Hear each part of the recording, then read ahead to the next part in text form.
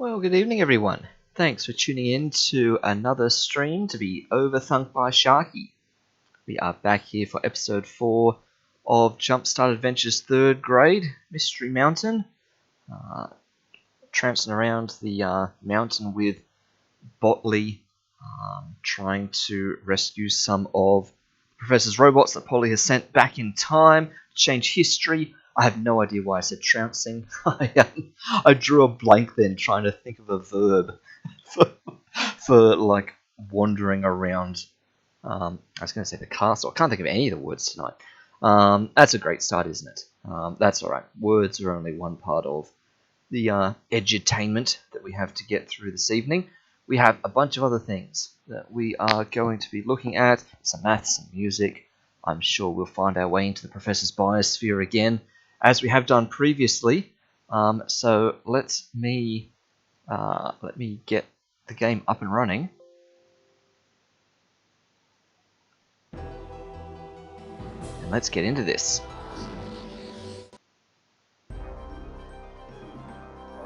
Alright. Well, hello. We've been waiting for you. Please sign in. Thank you. I really would rather start a mission than play around. Those robots are depending on us. Yes, of course we're going to have to start a mission. Looking at where we're at, I can see from the overlay that we're about 13 robots down, 12 to go. So yeah, we just snuck past halfway last time, so I guess that means 3 more episodes and we should be done, including tonight. And thinking of that actually, I'll come back to this again later at the end of the stream, but this will be the last chance we get to have a playthrough with this for a couple of weeks. I am off for the next few Mondays after this week, so we'll get tonight's stream in, and then it'll be a couple of weeks again before we're back here. But let's get underway. Let's jump in on one.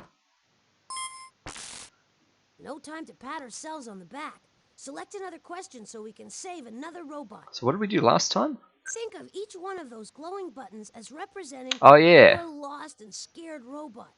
We can't go back to an old mission when there's so much at stake. That's right, we did Magellan sailing around the world to discover that the Earth was round. Yep, very, very sciencey one last time. We are up to dynamite. Oh, here we go. Button if you want to hear this question. Yes, Botley. What was the first? What was dynamite first invented for? For what purpose was dynamite first invented? Don't try and reword the question. I wonder what Polly reckons. The world's first dynamite factory was so dangerous that authorities moved it to a barge in the middle of a lake. Dynamite, you see, is made from nitroglycerin, a substance that's so explosive, even a slight movement can make it go kablooey. Yep. Explosives can be deadly, and they can be useful. Dynamite was first invented for what purpose? Sure, explosives can be useful or deadly, but you forgot something else about Fun? explosives, Miss Winkle. Explosives can be fun. Yeah. Take exploding cigars. They Oh. crack me up. I mean, they really crack me up. Dynamite was a great invention for practical jokers. Oh dear. Yes, Polly, that's exactly right. The exploding cigar changed the face of practical jokes. And boy, does dynamite change the face of the people who try to smoke it. Holy smoke, talk about practical jokes. We can't let Polly get away with this one. Everyone knows that smoking's bad for your health. But smoking dynamite? That would be really, really bad for your health. Click on the inventory button to put away the transquizzer. Yeah, this one seems a little bit darker than most others if we really sort of stop and think about it. But anyway, let's go with it. Looney Tunes style comedy. Smoking an explosive cigar. Since Robbie Robot, the practical joking robot, is dumb enough to squirt people with water, I figure he'd be dumb enough to do my dirty work. To find Robbie, you'll have to locate these 4 clues: a moon rock, an axe, an olive, and a medal. Robbie Robot doesn't smoke. The professor programmed him to carry a water pistol around for the sole purpose of putting out people's cigars and cigarettes. Polly has obviously reprogrammed him. We better find those clues. No time to waste. Shh! I'm gonna Ooh. try to sense this area out for clues. In the Hey, painting we're in gallery. luck. I'm sensing a mission clue in the kitchen. Oh. Voila! Ooh. Another mission In clue the is hidden painting. in the music hall. Ooh. Nice. Kitchen music hall combo. Let's go. Let's start with the kitchen then. Great. Is it too much to ask for people to leave the doors unlocked around here? Well, we can figure out the combination again. I'm so glad you're here. My blood sugar's dropping. Oh, addition. It looks like you 4, 7. Oh, 17. Yep. Just had to think about how to carry then for a second. got the first lock. 2 more to go. 2 more to go. Subtraction. Oh, we're going to have to borrow. This time you'll have. It looks like the number. There we go. All right, you got 2 locks. Just 1 more. I like it when the digits in the answer are small, so it doesn't have to spin very far. Oh, is this a I multiplication? need to know how to. Will I, Botley? Will I have to know how to multiply to do this question? Do I really? You did it! I knew Polly couldn't keep us out. We're in the kitchen. Yes, we are. Chow time, and Mort's ready to munch. All ready. So, what'll it be tonight, Monsieur Mort? You know what sounds good? A bowl of hot and nutritious oatmeal. And that goes Okay, great with oatmeal. strawberries, Yep. used axle grease, Ah. maple syrup, Okay, yeah. and some vitamin C. Well, Eh, bon appetit, sure. I guess. Now click on the on-off switch in front of the feeding machine, and I'll crank this baby into gear. Bon appetit!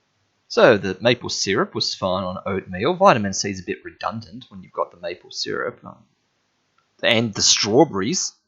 And so it was just really the axle grease. Apart from that, quite nice oatmeal, Mort. Very happy with that. So in we go. That's prune juice. So 1.5 cups of strawberries. That's easy. We can build up to that. 3,100 milliliters. That's a bit awkward, but we can manage. Oh, here comes the strawberries. Let's do it in 1/4 cup piles to make it hard for ourselves. Take more time. Boom, boom, boom, boom, boom, boom, since we've got all the time in the world. Chilies, I don't think you want chilies. 3,800 mils of maple syrup. Yes, that's 35, and then a bit more.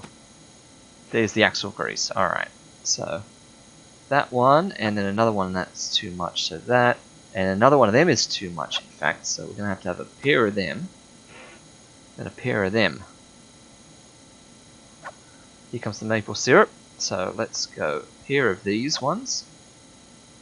And then we just need 300 more. So 250 and then a 50. Straight up sugar. We've already got enough sweetness in there. Here's the vitamin C. So let's go for that one there. Whoop, that somehow misclicked. Bit of that.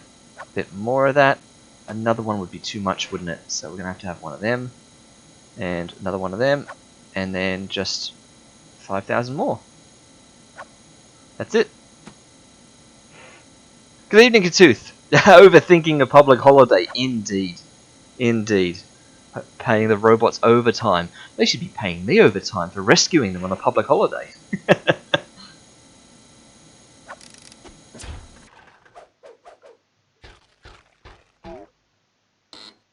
Ah, good job, Just Mort. the right combination of delicate flavors.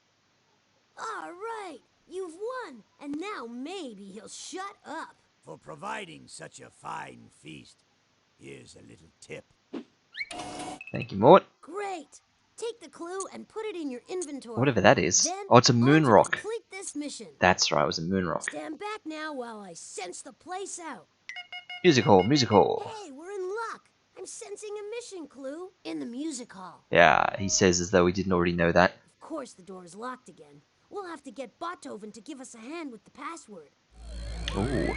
Please, I'm trying to finish the symphony, but I'll be here if you need help. Ward? Nah, it's not really that, is it? It's draw. Draw. Great job. Color with a missing vowel at the end. Color. Great job. Uh, You're better at this than I am. Rootsy. Sure. Story. Which means this must be funny. Funny. Well, you go. So cartoon, I guess. Cartoon. Yes, the password is cartoon.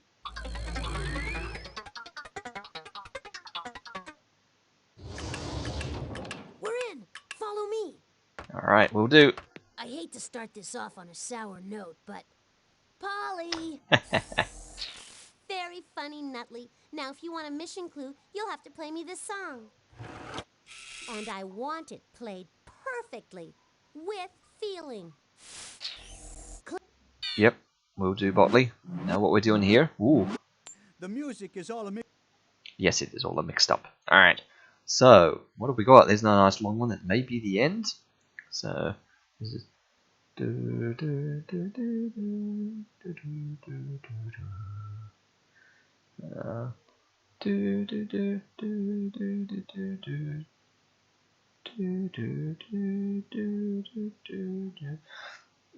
Three successively fast from the same note. It's sort of occurring quite a lot here. Yeah,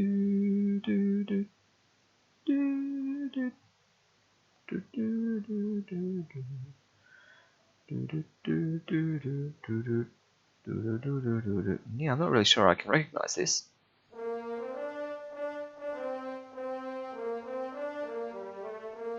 Oh, that's so awkward. The Australian streamer who says he can't quite recognize this. Well,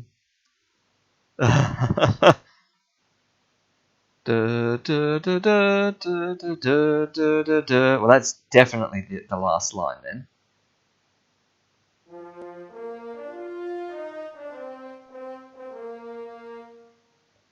So we need.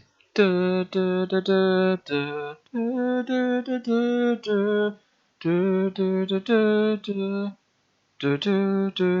wouldn't have gone down a note there, but that's right.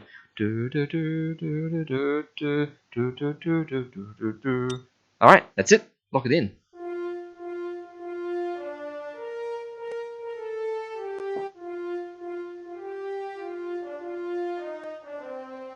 Yeah, that green one's not what I would have thought there, but anyway.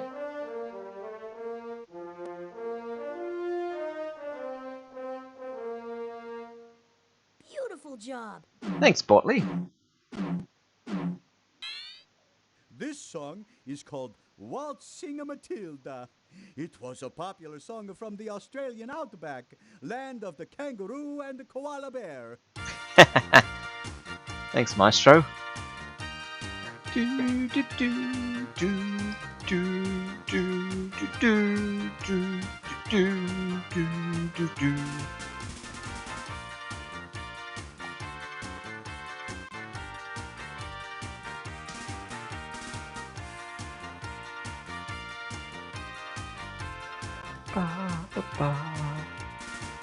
Can't say I've ever really heard a Waltzing Matilda quite like that, though. It goes on.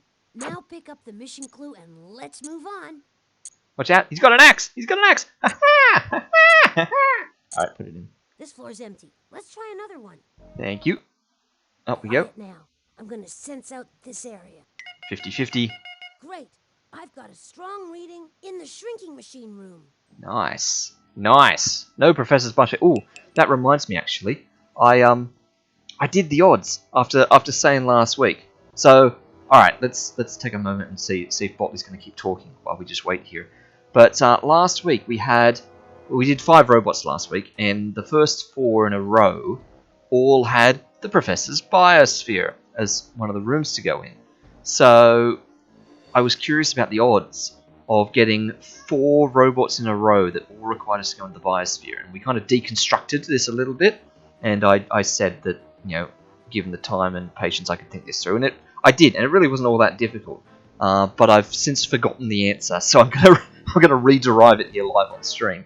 So the assumptions we were making was that the ground floor, the floor that we've just done, can't have 0 clues on it. So we're making that as a starting assumption, that there has to be a clue on the ground floor, and that there can't be 3 or 4 clues on the ground floor, because that would waste the upper floors. So the assumption that we're working on that's fitting our prior experience is that the ground floor will either have exactly 1 or exactly 2 clues on it, with no particular reason as to why one should be weighted more than the other. So presuming that there's a 50-50 split between the ground floor having either 1 or 2 clues on it, then that means we're left with either 2 or 3 clues to be distributed between the 4 rooms on this floor and the 3rd floor, which meant that in one of those cases there is a 50% chance at the biosphere coming up, and in the other case there is a 75% chance of the biosphere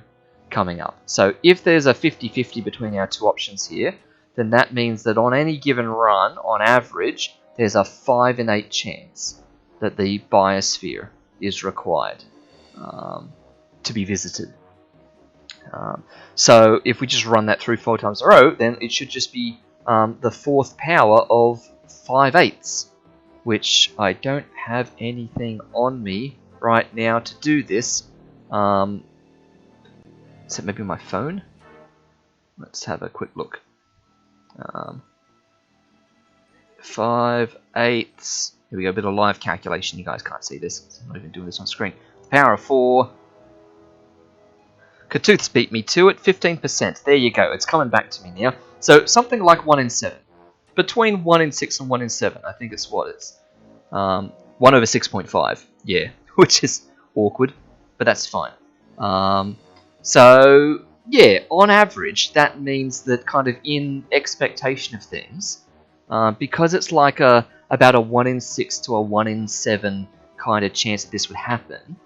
And if you think about the 25 robots we've got to get back, or imagine there were 24 of them, and we split them up into 4 robot blocks. So there would be about 6 blocks of 4 robots to get back.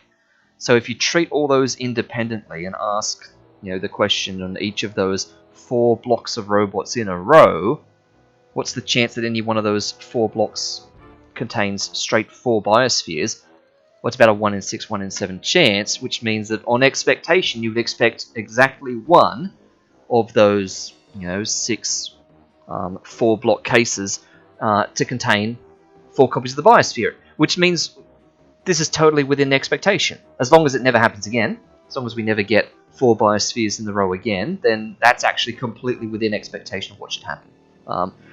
Granted, that's a little bit dodgy because it's carved up the robots into like 6 blocks of 4 in a row, and we're not sort of talking about like overlapping 4 in a row between blocks and stuff like that. Like that makes it more common. That makes it even more likely. So that's not factored in there. But if we look at it as something like, we stream about 4 or 5 robots every stream, then on any given stream, there's about a 1 in 6, 1 in 7 chance of this happening, and it's going to take us probably 6 streams to get through this. So this should never happen again, is what I'm saying. We should never again have 4 biospheres in a row, and if we do, we're ahead of the curve on these numbers.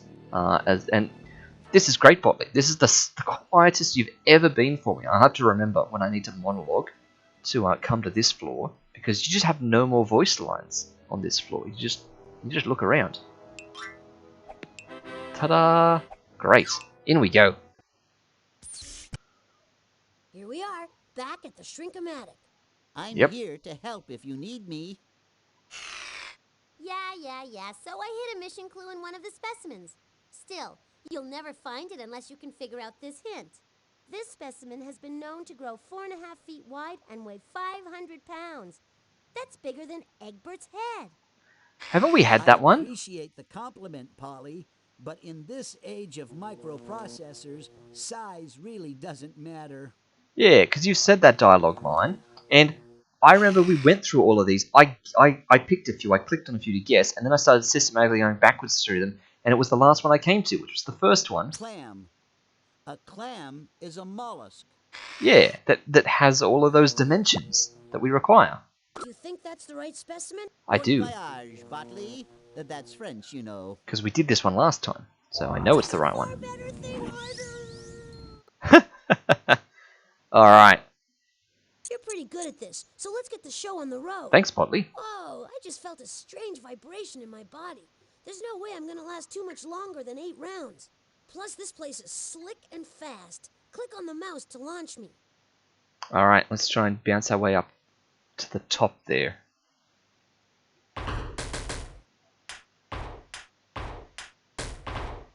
Oop, there we go. Nice. Whoa!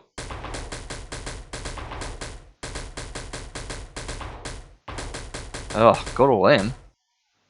Ah. Whoop. There we go. Nice. Problem is now it's too open. We've broken too many out of there. That's alright. Nice. Get stuck up there for a bit. Ah. That's a bad angle.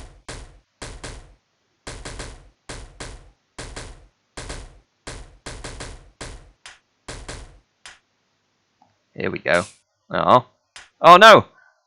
Alright, can we bounce off that black one and head up in there again? Nope, that completely missed it. Oh, but that's good enough. I'll take that. Yep, nice. That was a good angle. Look at that.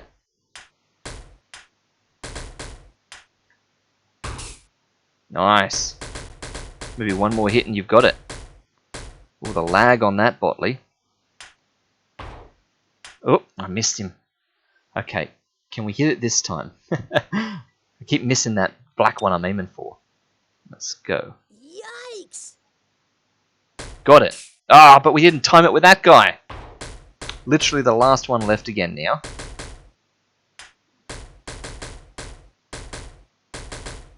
Oh, no, Botley. There we go. Got it. Whatever that thing is, I've forgotten what the clues were meant to That's be. it. Take the clue and put it in your inventory.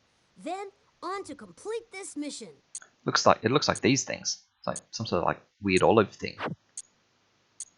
I think we should go to another floor. There are no mission clues here. I think you're right, but if you say that there's a clue in the observatory, that's going to chew through a lot of power, because it's got a lot of different stages to go through. I could have been saying that while you were doing your animation, Botley. Why did you choose to do it this time? I don't think the lifts use power. Careful now, I'm gonna sense around here. No doubt about it. There's a clue in the observatory. I knew it, Botley. I knew it. I knew it. Also, we got to get to like what 2,500 invention points now. It was 1,000 for the first row, then 1,500, oh, then 2,000. So we're having to get 2,000. Well, this is not going to get us to 2,000, but maybe a robot maze will. But more realistically, probably the power plant will. Anyway, let's go. Here we go again. Polly's launched another one of the mission clues into space. Man your battle stations. Thanks, Botley. Will do. I hope you and your buddy enjoy the void because that's where you're headed. Give us a fighting chance, Polly. Where did you send it? Here's a hint. Just don't waste time sitting there looking stupid or you'll never be able to retrieve it. When will she stop? Why, if I was her father... Just click on the telescope and help me save the world. Oh, I nearly got that voice line right. Just click on the telescope and I'll help you save the world. Alright. Look, Polly's Alright. radio transmission Aim up is in about the there gravitational somewhere. pull of the black hole. We have to knock it loose if we want to get that hint. Polly's hints are 6 radio packets big. It looks like a shower of comets. Got it. You got a radio packet. You got a... There we go. Managed to sneak in a turn as well. Over. That's it. Now it's time to decode Polly's... Even got the asteroid. Alright, no waving your arms today, Botley. Yep. Either Polly's finally lost her mind, or this message has been scrambled. Click and drag the blocks of words to create a complete sentence. Well, I was going to say, I hope we get a Zodiac one, but I feel like this sort of gives it away pretty quickly. It seems a sentence is assembled correctly. Them call me. I couldn't make any sense out of that, but you managed to find a real sentence. Great. Nice. I am not an ordinary... Ooh, just swap that. I see what's happening. We have to... Alright. I couldn't make any sense out of that, but you managed to find a real sentence. Great. What man has... I mean, I would have gone 4 legs and a horse's tail, but anyway. What man See, the sentence is has a horse's tail and 4 legs? I couldn't make any sense out of that, but you managed to find a real sentence. Great. Thanks, Botley. Centaurs are like ferocious wild horses. Okay, apparently not. Centaurs are ferocious like wild horses. See, the sentence is Okay. Okay, that's like the first time that's genuinely happened. I mean, we make fun of there being other sentences in some of these, but that's like the first one I've like properly gotten in a different order. I can shoot the scorpion with my deadly arrow. Me can shoot. Great! You decoded one of the sentences. Not done yet. There's more to figure out. Is there? I stand in the sky with an arrow in my hand. Great! You decoded the entire hint. They call me Chiron, king of Chiron? centaurs. Alright. I am not an ordinary man. What man has a horse's tail and 4 legs? Centaurs are ferocious like wild horses. I can shoot the scorpion with my deadly arrow. I stand in the sky with an arrow in my hand. I would have presumed that the CH was more like a sh or a k. But anyway.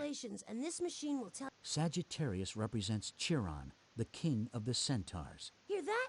You must be right. And here comes the spaceship. There we go, with his arrow pointing straight to Scorpio. Easy. We made it! Wow, that was wicked. All right, we got all the mission clues. Now we've collected all the mission I stand in the sky with an arrow in my knee. Alright, in we go. More power. And then after this, I guess robot maze, because we're not going to need much more. Alright, let's see what we can preload this time. We need more energy. Put the correct batteries in place. Will do. We can preload a bunch of 11s. There's a 12 there. And another 12 there. And another 12 there, in fact. Alright, so 6 of them, 8 of them, and 10 of them, 9 of them, and 11 of them. Way to go! You've completed the first ring, but you gotta hurry. You still have to get through the second ring. Thanks, Botley. I am hurrying. Alright. Well, some nice ones to do there. We can preload some 10s. There's an 11 there. There's... Let's load a 9 there, and a 9 there, and a 9 there. And let's put in an 8 there. So we can do a 7 there, and an 8 there. 10 there. 6 there, another 7 there. A 9 there, and a 12 there. Right. Fantastic! You finished the second ring. That was the last. I did. We've collected. All right, we got all the mission clues. Now all we need is enough invention points. We need 2,000 total. We're gonna have to play some of the games on this floor to win some more points. You mean like the robot maze? Hey, we're back Oh, at the maze. how... And look, there's another box down there. Should we investigate and see if Polly has left a mission clue here? Yeah, let's do it. This is supposed to be the quick one. I should have gone to the painting gallery. That only gives like 200 points, and that is all we need. And that's like the absolute fastest. But now we're going to waste time with a long robot maze one. So we've got logs, we've got bridges. There's a log east. Interesting. And no other logs. There's a bridge south. Interesting. and no other bridges. So we're having to take a log back to the east, and only once. We want to take a bridge to the south, and only once. But we have a bunch of jumps. Let's put all the jumps up together. Jump east, jump west. Oh, that's it. Okay, we have an east and a west jump, which seems nice because there's an east jump, there's a west jump as something. All right. So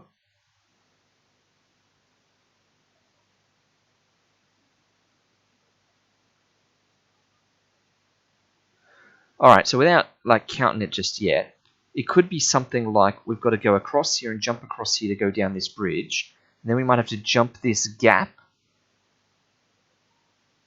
to come back and like take a log back this way east and then just walk to the exit because we've used everything up. But what have we got? We've actually got a 2 north here. So let me filter that up here.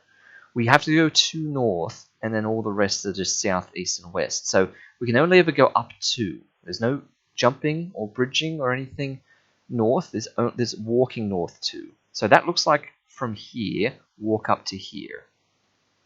That's a nice north 2 right there. From that spot, walk up to there because then you can go across and things like that. And you never need to go north again. So I think that locks it in. That says across that way, jump across that north 2, then across, then take that log and then get to the exit. So let's just try and make that path. So first things first, we have to get all the way across here and jump over here. So 1, 2, 3, 4. We're going to get 5 west. So let's just do the biggest one we can. Let's do a west 4 and then... No, we can't. So let's do a west 3 and a west 2. So west 3, west 2. 1, 2, 3, 4, 5. Then we need to jump west. Boom. Then we need south 2. 1, 2. Then we need a bridge south. Then we're going to need to jump east. Then we can do our north 2. 1, 2. Then we're going to get over this log. So 2 to the east again. Yep. 1 to the south, then 1 to the east. 1 south, 1 east. Then we're going to log east. Then we're going to go south 1. Then 1, 2, 3. West. Then 1, 2, 3 south. And we have a problem. Oh, wait, there's a west 4 there. Aha. I was going to say we're there and we're out of commands. But alright, so it's west 3, 1, 2, 3, then south 3, 1, 2, 3, then west 4, 1, 2, 3, 4. Okay, lock it in. Not too bad, fairly systematic there, and we managed to guess it correctly the first time, which I think was pretty obvious because we had to bridge south there. We couldn't bridge south here, because if we did, we've got to use the jump west, and then when are we going to jump east ever again? You know, unless we go up here and then jump east, but then walk around. And then we've got to do a log anyway, so... I think it was a safe bet to say that we were going to have to jump across there to bridge to jump back. And then the north just seals the deal. In fact, there's only 2 squares going north. Down 1. West 3. It'd be nice if there was a fast forward button or something for when you think you've locked it in. You just want to see him like run the course. And then west 4. Yeah, there was no other configuration of those. We had to do a west 3 2 or 2 3 because there's a west 4, but there's no west 1. There's another west 3, but nothing else is really interchangeable. Terrific! Polly has nothing over you. Nice going. Let's take the invention points and move on. We made it. There we got go. all the clues. We've got enough invention points. And so we can go in here. Alright, first robot, here we come. Ready for another spin of the wheel? Just click on the on button. Alrighty. Beep. Oops. Beep. Monty Monitor here, welcoming you to another exciting edition of Hollywood Squares, the only game show that will help you rescue Robbie Robot and save the world. Thank you very much. Your first clue is a moon rock. The Yep. moon rock will tell you exactly what the subject of your mission is. Scientists discovered the first moon rocks not on the moon, but in Antarctica. Ooh. That's because pieces of the moon fell to Earth and landed there. Other moon rocks came from American manned trips to the moon and from unmanned Russian missions. What is the name of the NASA space program that collected rocks from the moon? They they found the they found the rocks in Antarctica next to the ancient chair and the second gate down there. Anyway, um, this feels like history that I should know. Or the Apollo missions were the ones that the people went on. But did they send them to collect rocks? Gemini and Voyager. Well, Voyager's the name of like the space probes and stuff. I don't think Gemini's the name of anything. It might have been Apollo. That's right! Ho ho! The first manned spaceship to reach the moon was Apollo 11. And the first person to walk on the moon was Neil Armstrong. Oh yeah, of course they collected rocks from the moon, so it's the The one that sent Apollo people. missions Yeah. studied the top layer of rock on the moon's surface. What is the top layer of rock on Earth called? The crust. Here we go. Yes! Ho ho! The crust is the thin surface layer of the Earth. Miners dig into the Earth's crust because it contains many useful and valuable minerals, such as coal and gold. What invention was most essential for helping miners dig deep into the Earth's crust? Aha. The dynamite.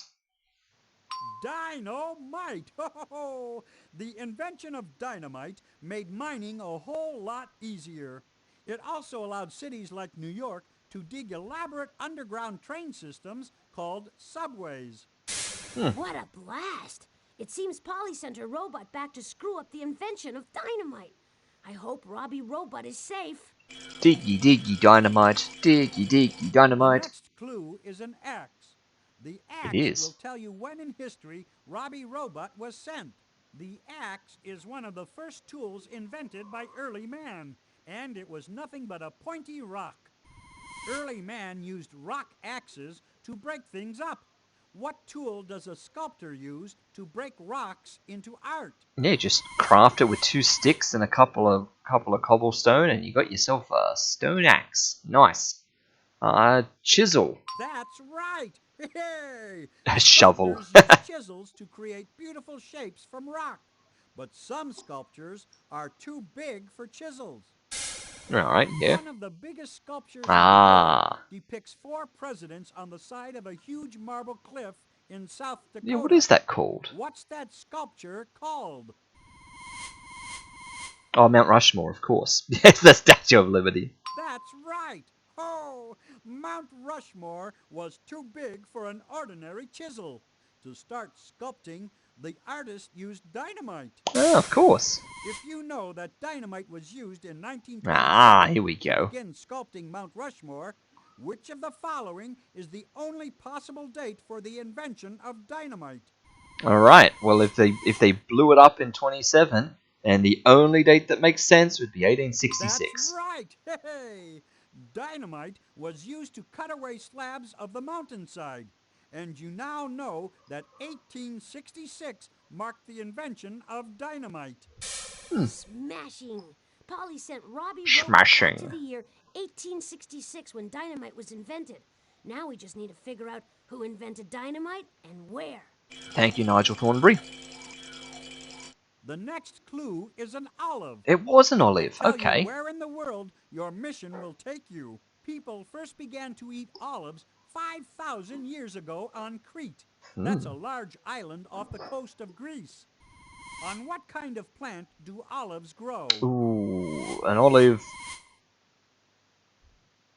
vine? Olives grow on a vine, don't they? Think No. bigger. That's right. Yeah, Ta-da! olive tree, of course they do. Olive trees grow throughout a Should have known region that. surrounds a large sea. This sea is located between the continents of Europe and Africa. Olive trees can be found in Greece, Italy, France, and Egypt. Yeah, These countries surround which sea? it's Mediterranean.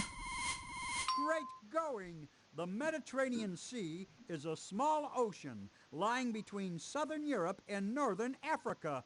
Many ancient civilizations rose and fell on the shores of this important sea. All right, so who's done Which it then? country does not lie on the shores of the Mediterranean Ah! Sea? Ah, they love doing that, don't they? Well, it must be Sweden then. Yes! Oh, Sweden is a large and rich country in northern Europe that is famous for being neutral in times of war. That means that Sweden doesn't take sides. It's pretty strange that in peaceful Sweden, dynamite was invented. Bang! Zoom, you got it! Dynamite was invented in a peaceful country called Sweden. That's where Polly sent Robbie Robot. The old olives and olive trees and focusing on the The Mediterranean and then last just clue is jump medal. away. It will help you figure out who invented dynamite. Medals are awards usually made from gold, silver, or bronze. They are awarded to people for acts of bravery or merit. What medal do you win for coming in third place at the Olympic Games? So speaking of third place, I was just trying to zoom and enhance with my eyes here. Unless my eyes deceive me, is that a medal for fourth place? Is that a number 4 medal there? Which is interesting choice, but anyway, gold, silver, bronze. Yes! Ho-ho! Third place gets the bronze medal. A very respectable showing for any athlete. After Athlete. all, you have to be extremely talented and athletic to get a bronze medal at the Olympics.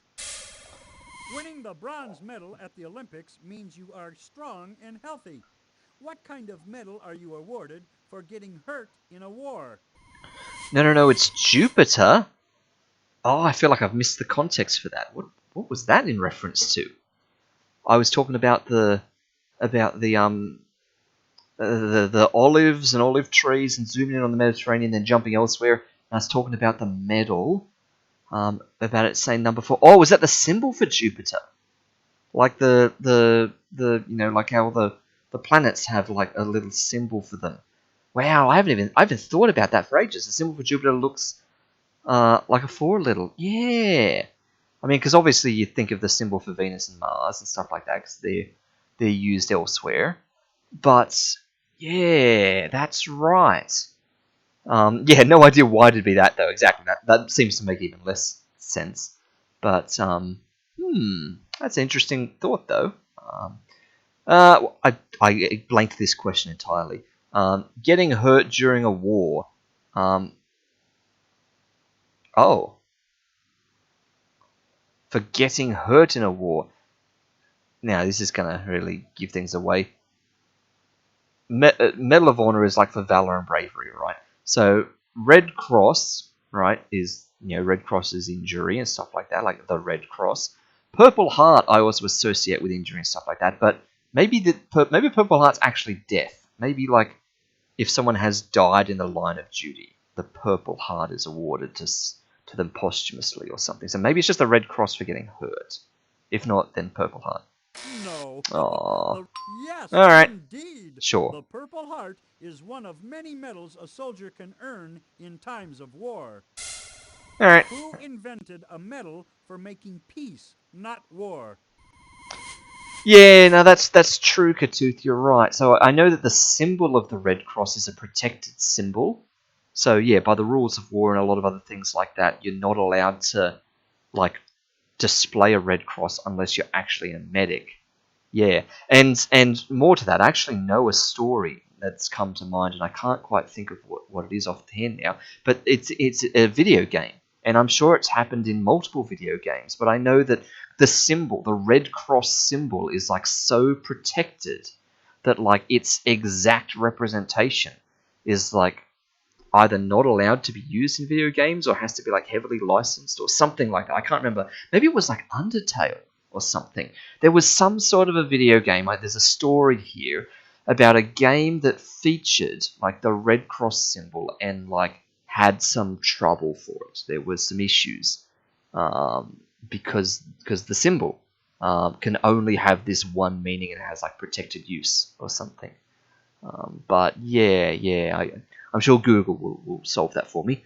You invented a medal for making peace, the Nobel Peace Prize. That's Yep. right! Yay! Alfred Nobel left money in his will to fund prizes to promote peace and learning. He earned the money for the Nobel Prize from his most famous invention, dynamite. All right, to Oh, Sweden that we makes go. sense. We've got to set the time machine for the year. Yeah, it's probably way more likely that it was used in a shooter or something. Yeah. Ready, steady? Then click on me to go. Gun companies let games use their gun Click on me to names. get us started. Till suddenly for one game they don't. Yeah, now it seems weird like that.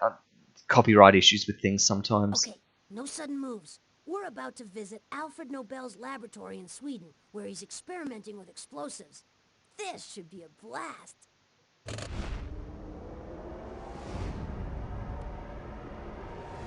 Watch out, Alfred. It's a trick. That's Robbie Robot, the practical joker. Can't use Uh-oh. dynamite as an exploding cigar. We better snuff this out and fast. Press the recall button, quick. Yep. We don't want that to happen. That wasn't funny, Robbie Look at Robot. him. Dynamite was invented for tunneling and mining, not practical jokes. Make sure your seat backs are in their upright locked positions while I take us home. Alfred Nobel is Wile E. Coyote confirmed. The Acme Mining Corporation. Ah, there's no place like home. Press the back button on the utility belt to leave the time machine. We need to put this robot to rest. In a minute, Botley, I'll just turn your audio off because you've reminded me that means that we are up to this again.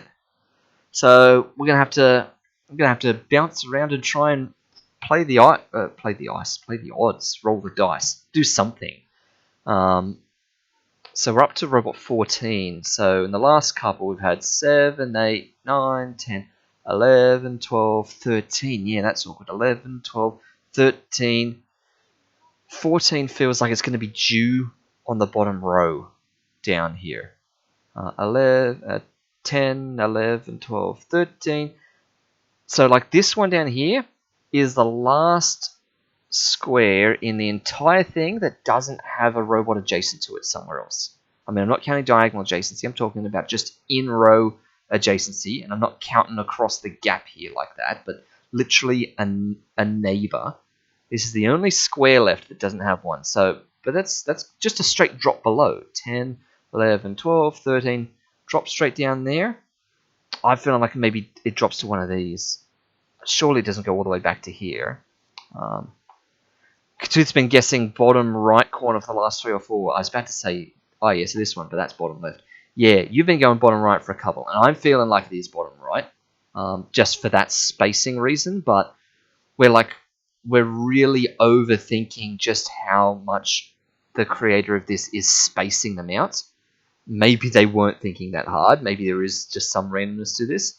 But if a person is placing these in 10, 11, 12, 13, that is like the most aesthetically pleasing place to put the next one. And actually, I'm thinking it might not be there because looking at him now, when he was standing on the pad, which I'll have to flick back to make him appear again, he's facing down this way. He's like facing it, like he's looking up to the top right. Oh, you can't see my mouse. That's all right. He's looking up to the top left, but he's kind of facing towards the right, which would mean that putting him in this corner here would be a little bit weird because he'd be like sort of facing his body out this way, even though he's like looking up to the rest of the roost, and maybe that's okay, but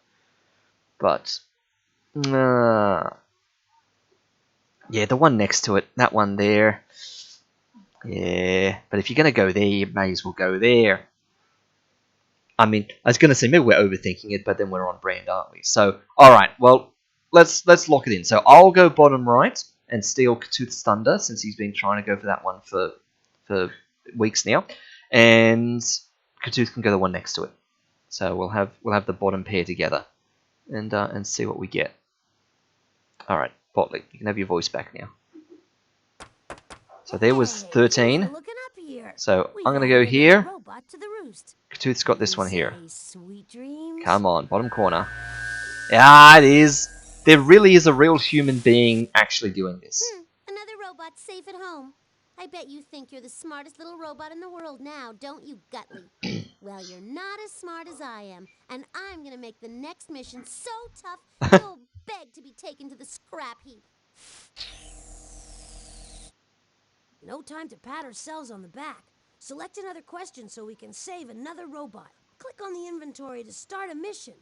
Will do. But yeah, this is definitely not random. This is a person placing them in one by one and spacing them apart for some reason, because that's how a human might artificially simulate randomness in a really unrandom way. So let's lock that one in there. So that was 13. So this is 14 down there. Let's lock that in.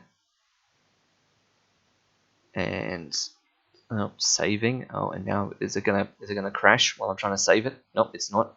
Okay, that's As long fine. as there is a single robot lost to history, our mission isn't complete. Let's get back to it. I know, Botley, but we wanna check this out first too. So here's where our odds currently stand, and we've got another yes in there. So let's update that and see how we go. We're in the top 3% at the moment. Sticking another yes in there. Ooh, drops us to like the top 0.5% kind of thing. So 4 out of 14 would put us at 0.57% down here. Okay, let's get So moving. we're Polly will be one step just ahead in of the us. visible section, but if you sum them up, the tail end of the distribution has about 2/3% lying in there. So what's that? That's 2/3%. So that's like a 1 in 150 kind of thing. It's a lacunarity thing. Oh, now that's a fancy word that I don't understand the application of in this context. I feel like I know the word lacunarity, and I've heard it before, but definitely not in the context of distribution of random As numbers long or as there things. is a single robot lost to history, our mission isn't complete. Let's get back to it.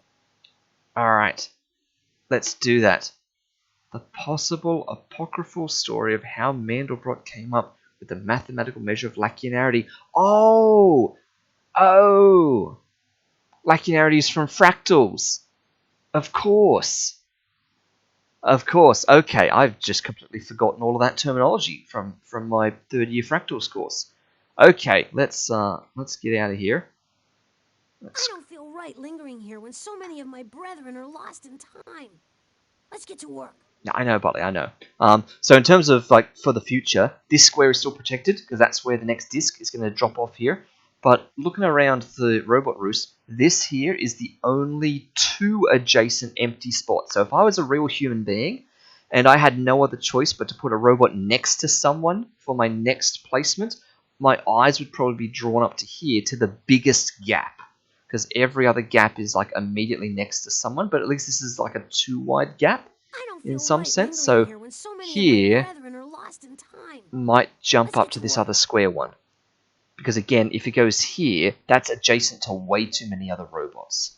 So I reckon, and we'll try this again next time, but I reckon the next one's going to jump up to here now, because that's still in the biggest gap, but still next to the least amount of robots kind of thing. So let's reserve that guess for next time.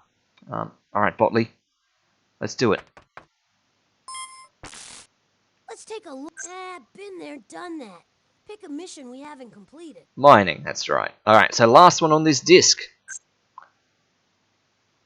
Your line, Click Botley? on the yellow start button if you want to hear this question. Thank you, thank you. What was seen through the lens of the world's first microscope? And then there's a big comment there. While I read that, Katooth, have a think about what you reckon Paulie's going to answer here. What humorous thing did she see through a microscope? Some tech company hired experts in every field to come and play with their newly invented computers to figure out what they could be used for. Mandelbrot was the finance guy. Took about 5 minutes to realize computers could do spreadsheets and then got bored.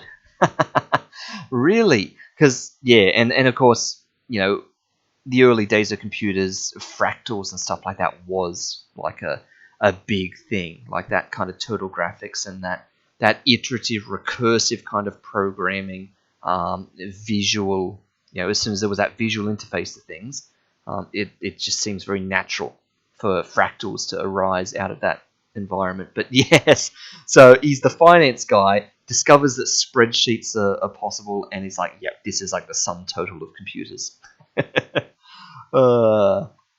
He wasn't used to the Texas heat, okay, like, you know, where they invent the TI-92 and all that kind of stuff, and was fighting with other experts over time on the computers, so he became nocturnal, played with the graphics package, tried to make a program.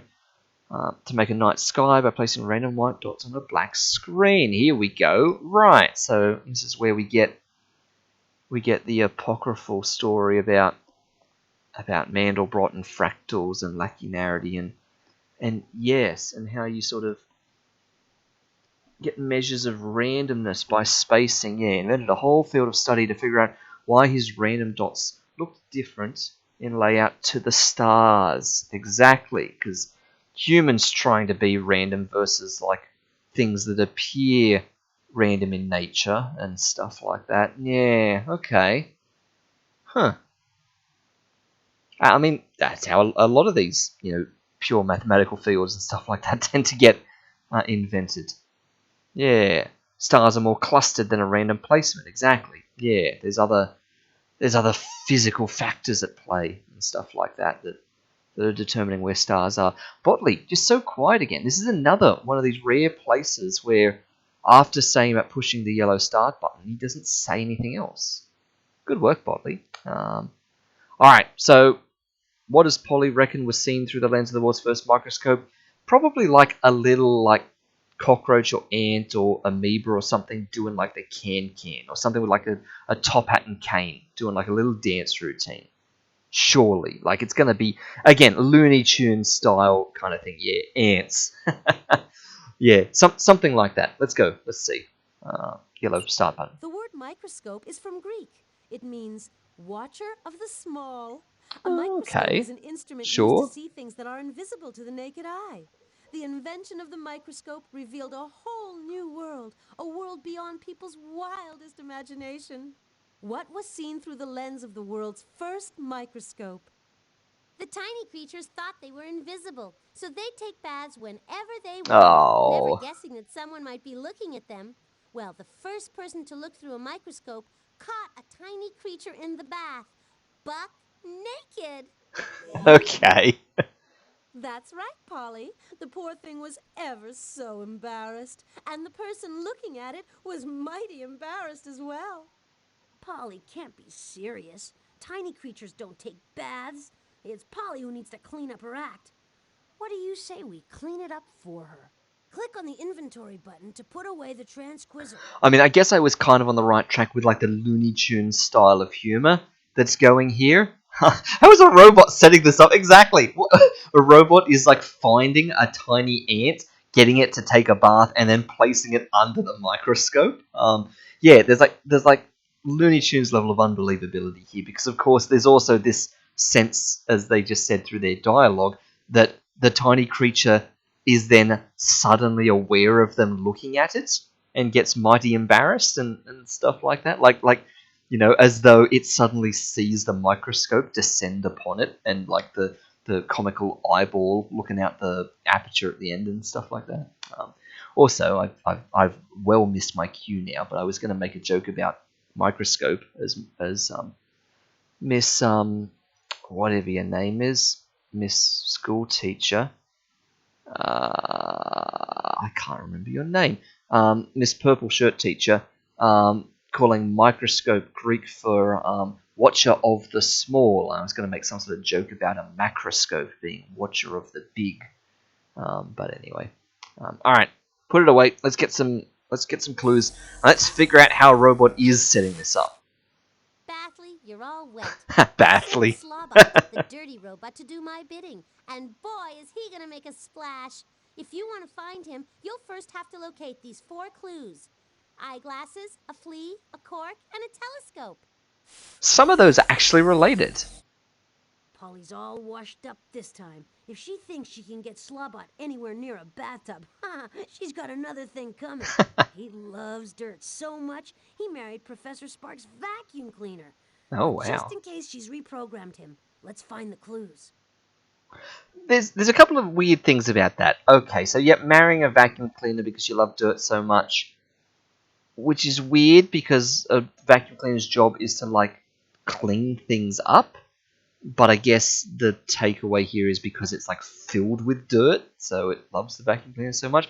Also, the other thing I was going to say is normally these clues tend to have like absolutely nothing to do with the scenario, but like glasses for like looking at tiny things, telescope which is not for looking at tiny things, but maybe again in a Looney Tunes sort of way. Flea, which is a tiny thing, maybe the tiny thing taking a bath, and the cork, which is just unrelated. But that's like more related to the situation than like any other set of clues that I recall. Normally these are just completely random. All right, let's go. Stand back now while I sense the place out. No thanks, Stand back Botley. now while I sense the place out. No. You know the rules. We're gonna get to the ground floor first. I'm gonna try to sense this area out for clues. Will do. Okay, all Painting sensors gallery. indicate that Polly hid a mission clue in the music hall. Oh, nice. And that's it. So because he kind of, I guess he does it in that order, maybe we can check that out too, because last time it was kitchen and then music hall, like that was the order he said them in. So maybe he says them in sequence order. If it's in kitchen, he says kitchen, virtual collection, then painting hall, and music hall. Because he definitely does that upstairs anecdotally from the Professor's Biosphere and the Shrinking Machine room. He says them in that left to right order. And he also does that on the third floor with the observatory and the robot maze. He'll always say the observatory before the robot maze if they're both in there. So, guess it makes sense he goes left to right down here as well. So, yep, by naming the music hall, that's how we knew there was only the one clue. In we Looks go. like the door is locked again. We'll have to figure out the password to open it. Hey, Beethoven! No need to shout, Bartley. I'm here and ready to help if you need it. So, I guess that means that the distribution of clues on the ground floor could be a bit weird and interesting. If it randomly picks one or if it randomly picks two, depending upon how the randomness works, and I'm definitely overthinking this, but you know, if it randomly picks a clue on the ground floor, everything's got a 1 in 4 chance to some extent. But then if it rolls for there to be like a chance for a second clue on the ground floor, then it's forced to pick one that's to the right of it. Or something. Like if it's programmed in that specific way, then it's not an equal set of odds to everything. You're going to be more likely to get music hall, and you're going to be less likely to get the kitchen for things. Which maybe that's true. Maybe we end up in the music hall more often than we end up in the kitchen. But that would be a bad way to program randomly selecting 1 or 2 rooms on the ground floor to put a clue in. The other 2 floors are trivial. They just pick 1 or 2 or both or neither. Alright, what's this? T. Kurt. Truck. Just exactly backwards. Truck. Which Man, means that one's also exactly backwards. YOLO. Yo-yo. you're really And this one, Loddle. Doll. terrific. And everyone's favourite toy, a nice steak. Wow. That almost looks like it could have been correct because the S is in the correct spot because it's now gone into the clue, but it's not steak at all, is it? It's actually skate.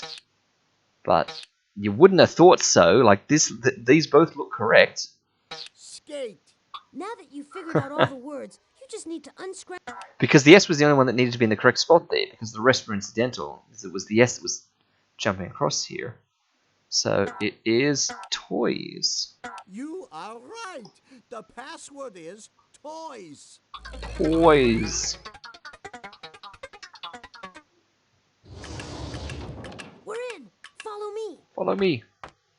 Polly-o, polly-o, polly-o, polly-o. We're ready. You cannot stop me. Play this song, Dottie. Play this song, Dotley. I want to hear it like it was meant to be heard. Click. Alright, let's see how it was meant to be heard. Oh, here we go. The Alright, several things to note here. One, we're doing the cello or something for this one. 2, that's a lot of words in the chat there. Steak, skate, takes, teaks. Is that all? Kates?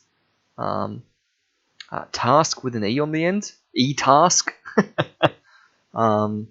Yeah, there's a lot of them. Of course, only the first 3 start with the S. So you're right. So there was the 2 stakes and then skate.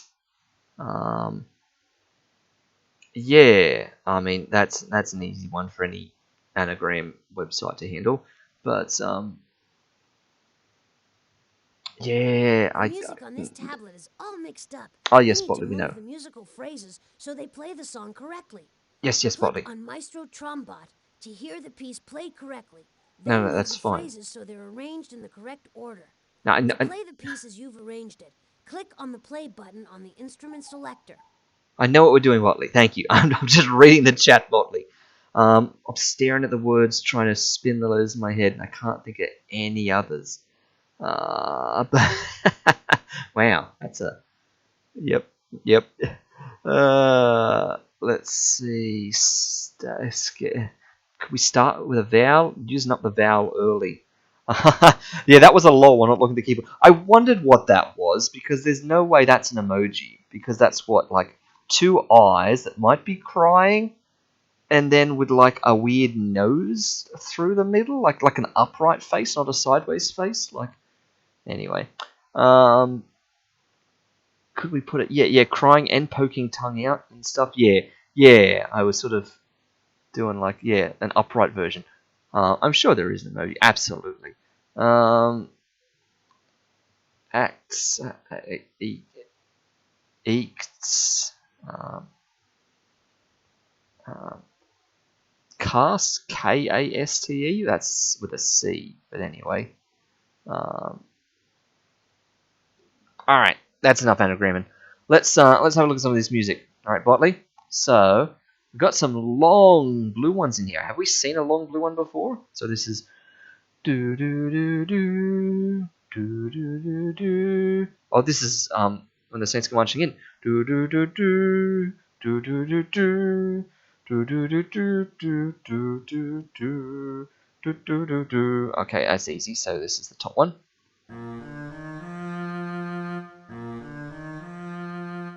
And that's the next one. And that means that those two are in the correct order. Alright, lock it in.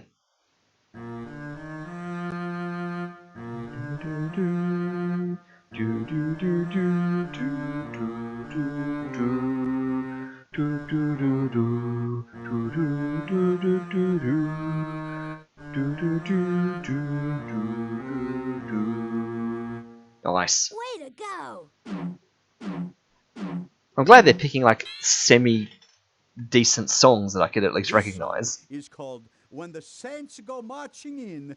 And to sing it correctly, you have to start out real quietly and then get louder and louder till you're shaking and shouting your way around town. Do I? Okay, sure.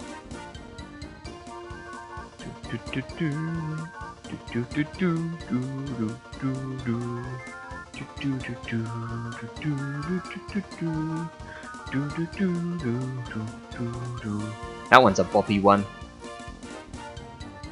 Oh, you're gonna go around again. Alright, sure. It's probably over a bit too quick.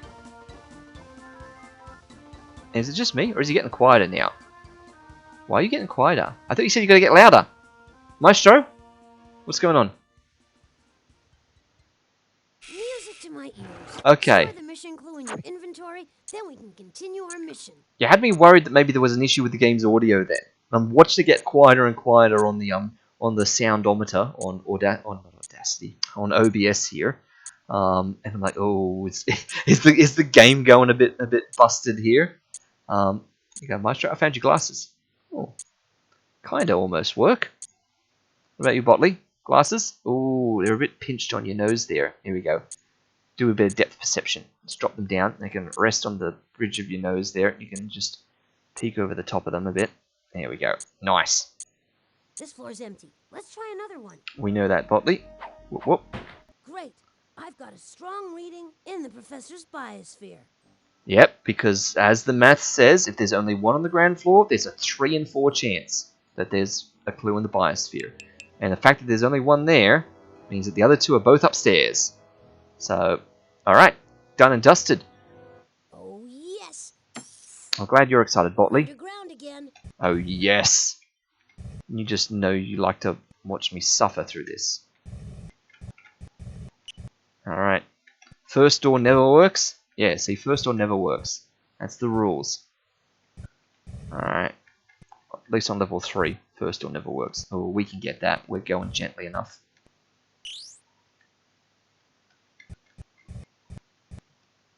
Oh, wow. Ooh, let's float straight into that one.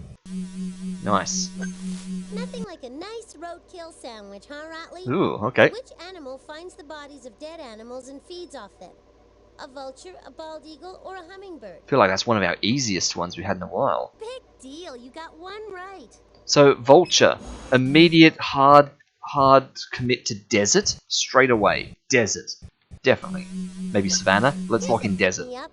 Which animal is smallest? The pygmy antelope, the hippopotamus, the lion? Ah, I have no idea what a pygmy antelope is, but pygmy is like small things, and hippo and lion are relatively big, so I'm gonna say the pygmy antelope. Yeah, so you got it right. Is it still desert? Might it actually be savannah now? Let's see. It's one of them two for sure. I hope you appreciate how much effort is going into asking you these difficult questions. Yeah. Which animal lives underground? A flying fish?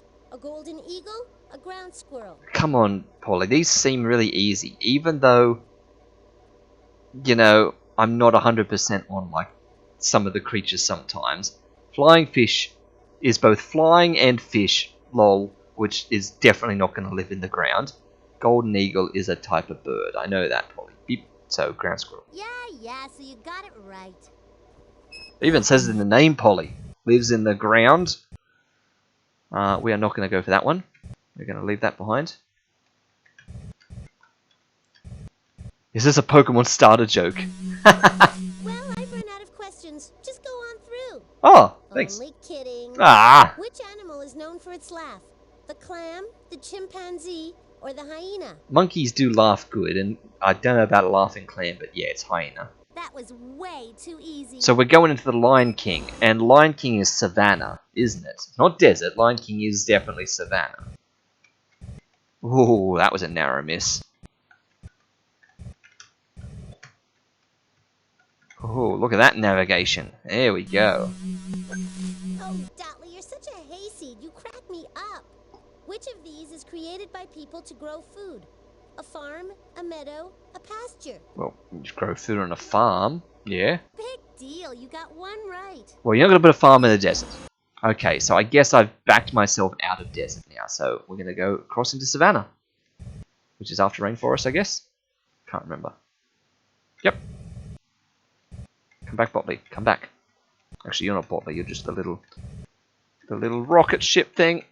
Eh. Ugh. Snuck into the other room for a single frame. Yeah, let's just bounce that way on. We'll make it. There we go. Touchdown.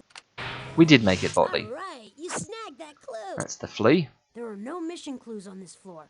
No, but there's two on this floor. There's a clue Observatory in the observatory. and the robot Cool. maze. I've sensed another clue in the robot maze. Alright, let's just do them in that order.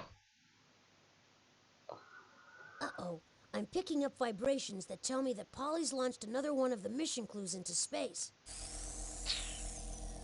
I hope you and your buddy enjoy the void because that's where you're headed. Come on, Polly, give us an idea where to look. I guess it's time for another space odyssey, Cotley. And here's your clue.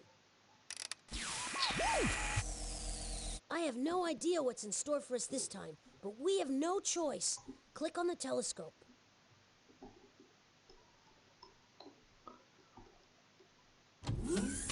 Alright, in we go. Look, Alright, radio aiming about transmission here is in the somewhere. gravitational pull of the black hole. We have to knock it loose if we want to get that hint. Polly's hints are 6 radio packets big. It looks like a shower of comets is we... approaching, so watch out. Sometimes we're If they already get too turned close, when we turn start. the back of the ship toward them, and you probably won't sustain any damage. Probably. Oh, you turned away from the comet just in time. Wait a So I think... maneuver. I think what it actually does is it actually remembers our orientation from last time. And so next time we're going to start facing this direction. But it's just we weren't the previous time because it was our first one since booting up the game. Something's not right. We Alright. gotta fix this sentence. Ooh, this is the first time where it's actually, you know, it would have been ambiguous what the sentence begins with. Because you've got two sets of words that have capital letters. But if I'm is at the start, then we shouldn't have a capital hold or holds in the middle. So hold or holds is definitely the start. So hold your nose when I'm in the I see what's sky. happening. Because normally it's got one word with the capital and one word with punctuation, and so you always know the start and the end by Wait, default. there's more to But be done. that was like our first chance where it was properly like ambiguous for half a second. Half of me is a hairy goat. See, Well, the sentence is basically okay. that's going to narrow it down a bit. You make quick sense out of that messy sentence. Not done yet. There's more to figure out. The other half of me, the other half is a fish's. It seems the sentence is great. You decoded one of the sentences. But wait, there's more to be done. Let's just double down on those clues.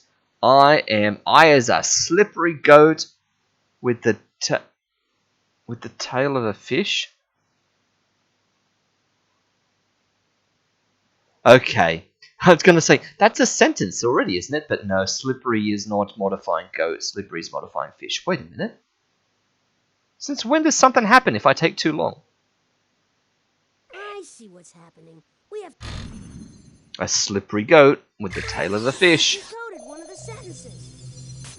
Almost there, but it seems Polly left a grammatical booby trap. You and I look. Oh, and again. So here's three things that are I that all could be where they start, but clearly that one's at the end. So I know I look I see as what's weird happening. as I We smell. have too many words. We have to select one of those two choices, depending on which makes grammatical sense, and then toss the wrong one into the discard tray. But it definitely could be, I know you look as weird as I smell, but you wouldn't be capitalized then. Oh, I've grabbed the wrong one. I look as weird as I know I smell. Messy sentence. Exactly. Not done yet. There were a lot of More to options for figure out. that one.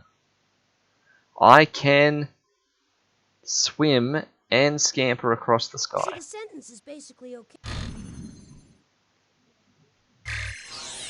Great!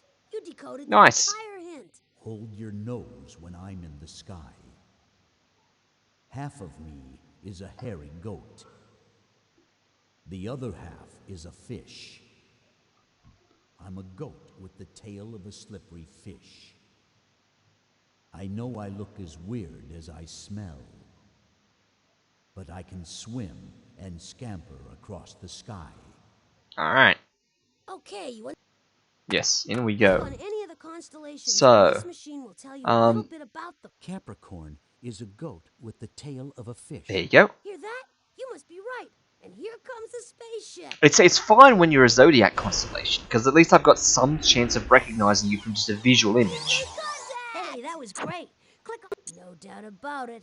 There's a clue in the robot maze. So I'm not looking forward to when we get to like Ursa Major or Cetus or like Eridanus or one of those sort of things, and I've got just no idea what it's going to be. Yep, I can skip that straight away. So, bridge, maybe some jumps, no logs, and a naughty boy who is so close to the thing. Where is he going to go?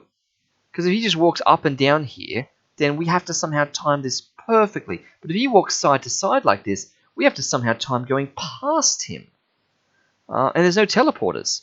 So maybe if he just goes across here, we're actually having to jump down here. So it'd be nice if we had to go and we had to bridge, and we had to get up here, and we had to jump and go straight down here. That would make the most sense. So what have we got? We've got a bridge west, and we've got a bridge south. Well, that narrows it down because there's only one possible configuration of that. We've got a jump west, another jump west, and a jump east. That seems like something can be easily made redundant there. A bunch of things, and let's filter up that north, because again, there's one north here somewhere. So if we went across this bridge here to the west, we got to get up here. That's 2 north, which means could there be from here, it's the jump here. So we're not going up and jumping down here, we're jumping here. But we've also got to, that's jump west. We've got another jump west, jump east. And we've got to go over this bridge. So that means we have to jump this way, and this is our 1 north here. Okay, so we've got a bridge, we've got a jump, we've got 1 north, we've got a bridge, we've got another jump there. So that's 2 jump wests. there's got to be a jump east somewhere yet. Unless it's wasted, like after we do a jump, we just do a random jump east, like walk down to the end, jump east, and come back.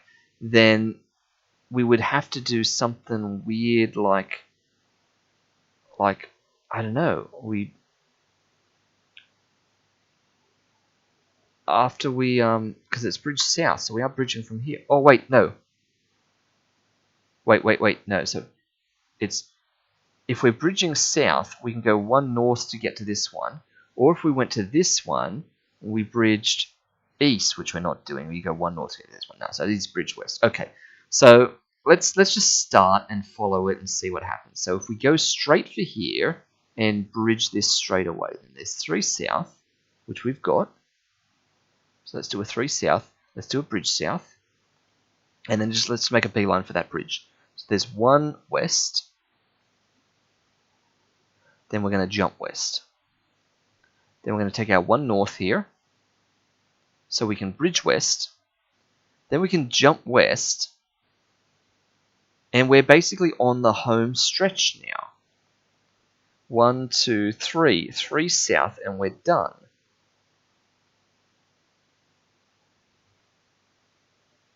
So 1 south,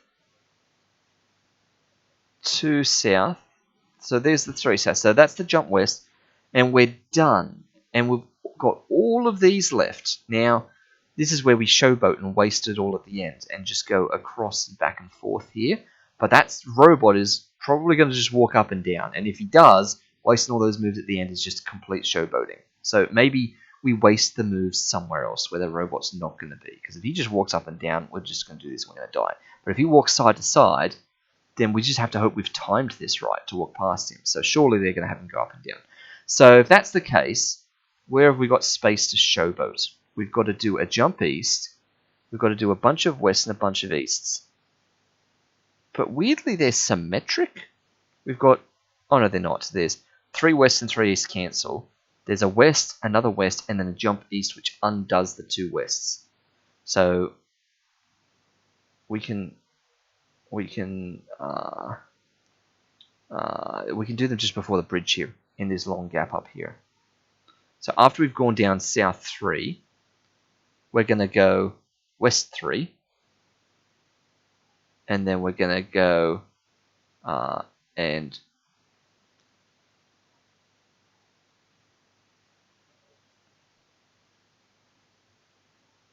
then we're going to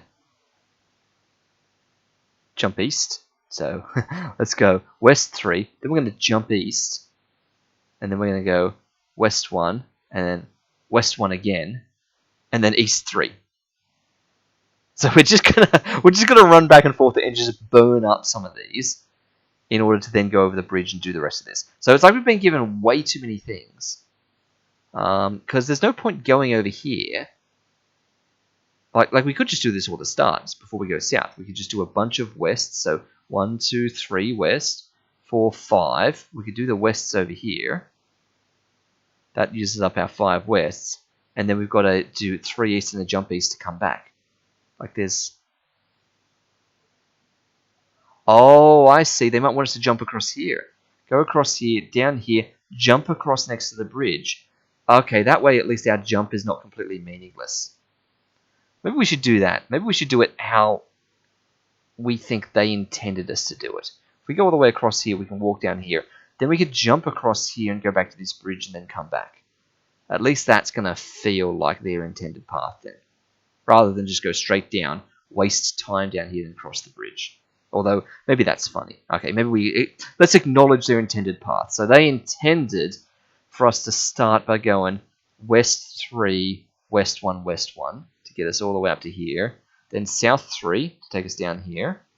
Then the jump east, to take us back here.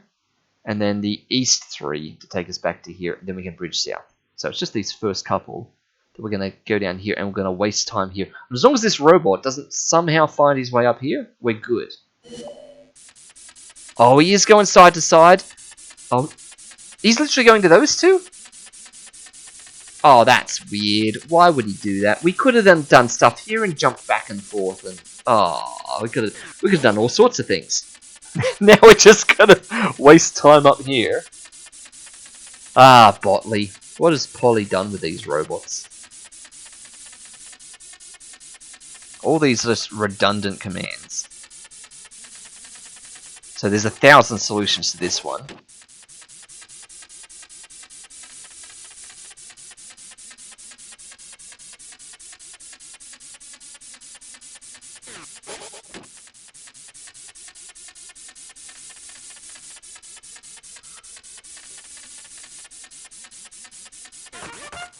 Nice. Nice going. You had him in the palm of your hand the whole time. Beautiful job. Just pick Thank up you. the clue. All right, we got all the mission clues. Now all we need is enough invention points. We need 2,000 total. We're gonna have to play some of the games on this floor to win some more points. Let's check Or, out the robot obstacle course. we just did that, Botley. Or we could go to the music hall and get a solid 800 in one go We've collected all and be the done mission- with it. Otherwise, we'd have to do something like twice. Well, the door's locked again, and there's a new password. Bell. Hate to bother him, but Ride? hey, Beethoven! Oh, that's a bad one. I'm not totally Seat? deaf, you know. Oh, it's a Just bike. let me know if you need a few Rack. pointers. Bike. Okay. I feel like there's a lot of alternate words in this. Bell. Great Bell. Dire wolf. Ride. Ride. Hey, way to go! Um, yeah, it's so many things that could go here, but it's seat.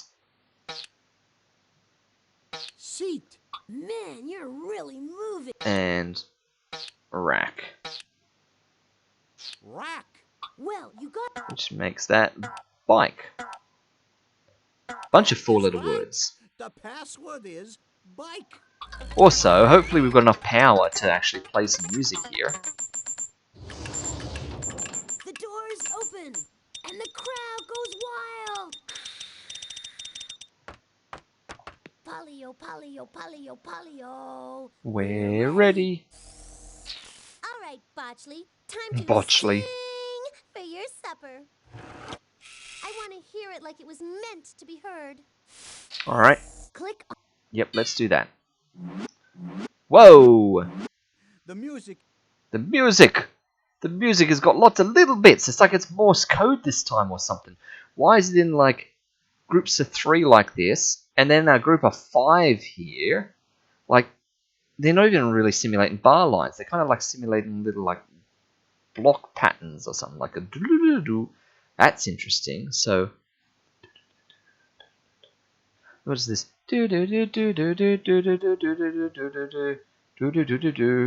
Oh, oh, do do do do do do do. Yep. So do do do do do do do do do do do do do do do do do do.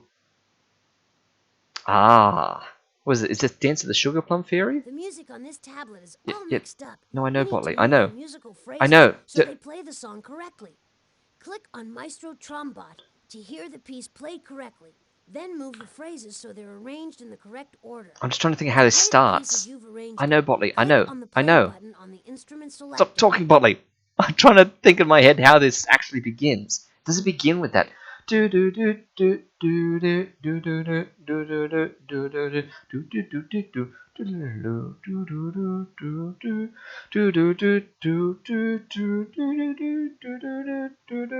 do do do do do. So it's that, then into that, then. So what are these? Oh, these are very similar.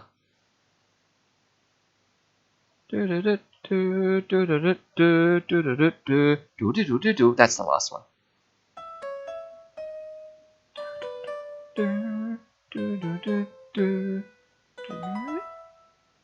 That's weird.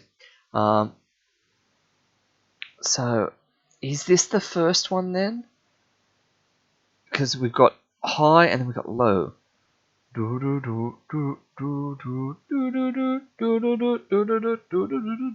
This is going to be the first one where I'm actually going to need him to play it, because I don't know the sequence these are supposed to go in the real thing.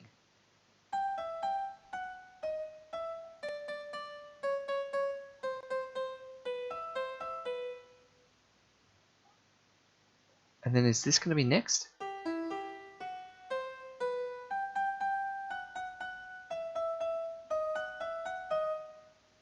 And this one?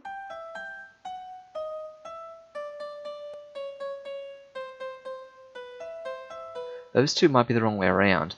But I don't really know. I'm gonna actually this is the difficulty level 3. We're gonna actually have to click on him to hear how this goes and then try and match them up. Go. So that's this one. So then do we start high? No, we do. We go straight down to the low one.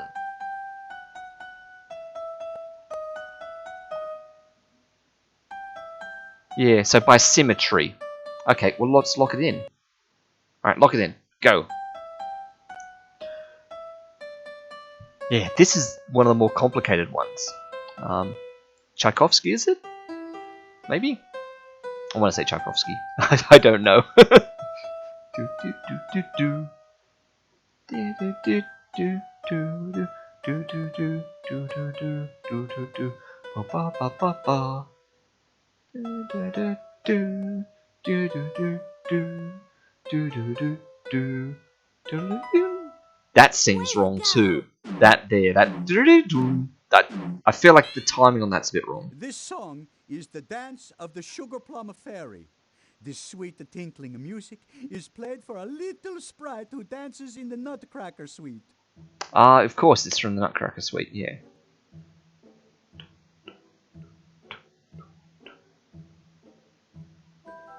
Okay, now this sounds completely normal.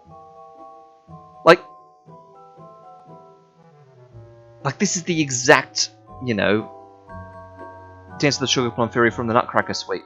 Like every other one that Maestro has played has been like, here's weird cover of it. And that's ended early. It's ended before we've got to the good bit. Hey, you should be playing Carnegie Hall. I mean it. And we've Thanks. won more invention points. Put them in your inventory, then let's move on. We've got everything we need to complete this mission. And since time is of the utmost importance... Oh, do we need let's get power? to the time machine. Do we need power? Maybe we don't. Well, I started Winamp playing Revenge of the Sugar Plum Fairy just as you started it, and it lined up with the first few notes before one changed speed and got out of sync. I actually saw a thing on YouTube about Winamp the other day. What a coincidence that was. Good old Winamp. I'm going to risk it. Let's try the time machine without power. What happens if we go to the time machine without enough power? Also, just noticing the sprite here, we've got weird bleed through of the color underneath coming through in the transparency of this part of the panel. That's a bit awkward. Let's try the time machine. We've got everything we need. Yeah, he's going to let me in with this little power. All right. Surely he would have stopped me. Time to finish up another mission. Click the on button to start the wheel. Let's go for it. Ready for All right. another brain-twisting, mind-boggling edition of Hollywood Squares? We are. I hope so, because this is the only way to rescue your robot friend, Slobot, and bring him back to the future. Your first clue is a pair of eyeglasses. It will help you see what this mission is about. Just imagine what life was like for millions of people before the invention of eyeglasses. Instead of birds, they saw fuzzy blobs shooting across the sky. Eyeglasses Okay. can help a nearsighted person see what?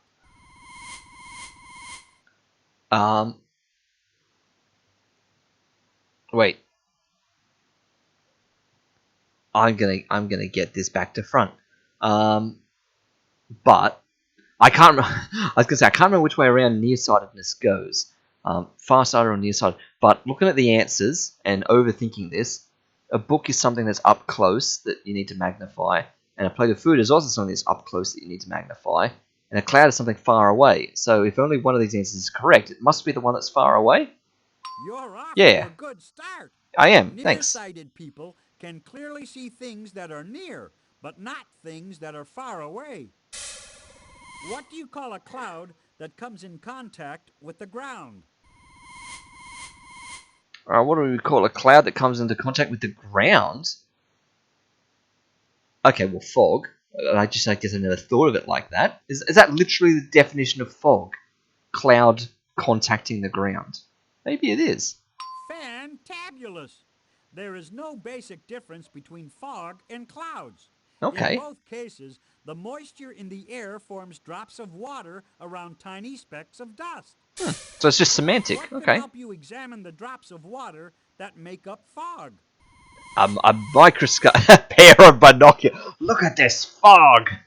No, microscope. So far, so very good. That was such a weird line of reasoning. Have lenses that magnify things and make them look bigger. The invention of the microscope is what this mission is all about. So we've gotten, like... Magnificent, as usual. Now we know Polly sent Slobot to foul up the invention of the microscope. So we went from, like, eyeglasses to holding up a microscope Your to a second cloud. clue is a flea. The flea will show you when the microscope was invented. Thanks, flea. A flea can jump 12 inches into the air. Huh. That's 100 times taller than its body. Okay. What do fleas feed on? So that must mean that a flea is 12 hundredths of an inch tall. So about an eighth of an inch. Which is close to a metric something. What's 2.54, which is basically 2.56. An eighth of that is that the 0.32? Yep, it is. So about a third of a centimeter. Right. Okay, so fleas are about a third of a centimeter tall. Nice. Good to know. What do fleas feed on? Oh. They eat blood, don't they, or do they eat dust? I think they eat blood because that's why you got fleas on you. That's Yeah. right. Fleas bite animals and suck their blood for dinner. Of course. What is the process called that moves blood from the heart to Oh. the rest of the body? All right. Breathing. Digesting that good blood. Type A answer. Nice. Type A. Blood circulates around get it. your body. The heart is the pump that keeps blood moving. The circulation of blood was discovered around 1630. Was invented in 44 1630. years before the invention of the Oh, microscope. here we go. Maths. When was this microscope invented? Yes, it is digestion for fleas. Good call, Katooth. Alright, so 1630. One of them is add 44, one of them is subtract 34, and one of them is just overwrite the last two digits with a 44. So this one. Magnificent! Thanks. Scientists had tried to create microscopes for years, but in 1674, one scientist made a real breakthrough. A microscope so powerful, it unveiled life forms invisible to the naked eye. Okay. Poor Slobot. He'll be forced to see all the invisible life forms on his dirty body.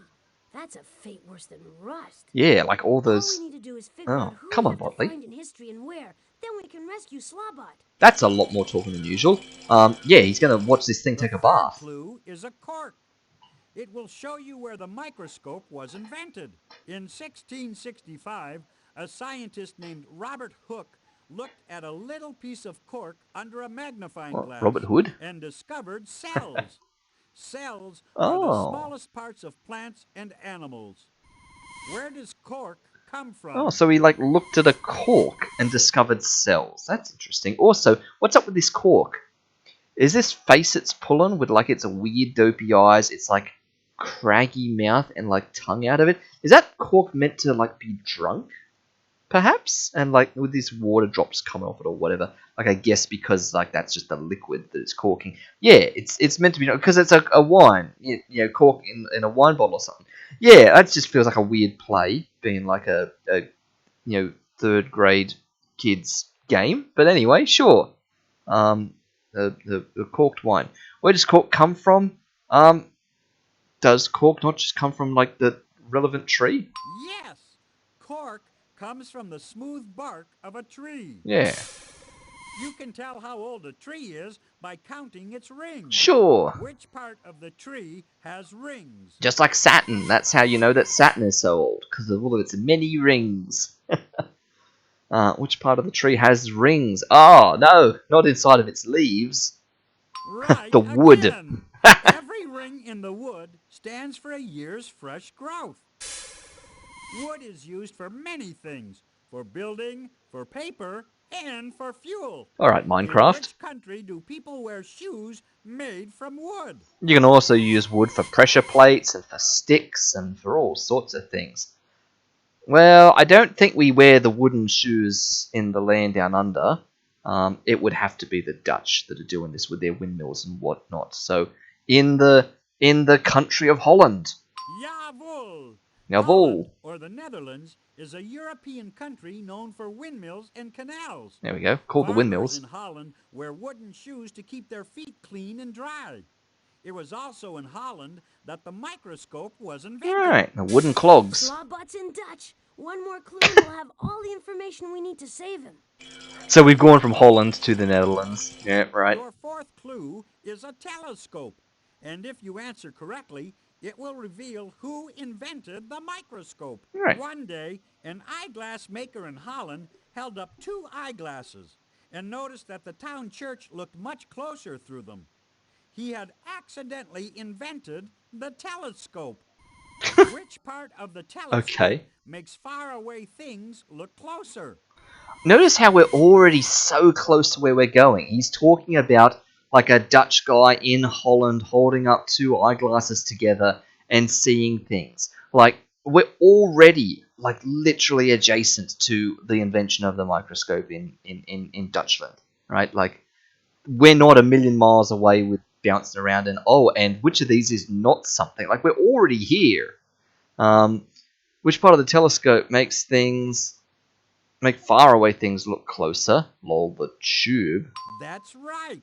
A lens makes things look bigger or smaller. Right. What are telescope lenses usually made from? Glass. Gotta get that good telescope protein. That's right. It takes great skill to make successful glass lenses.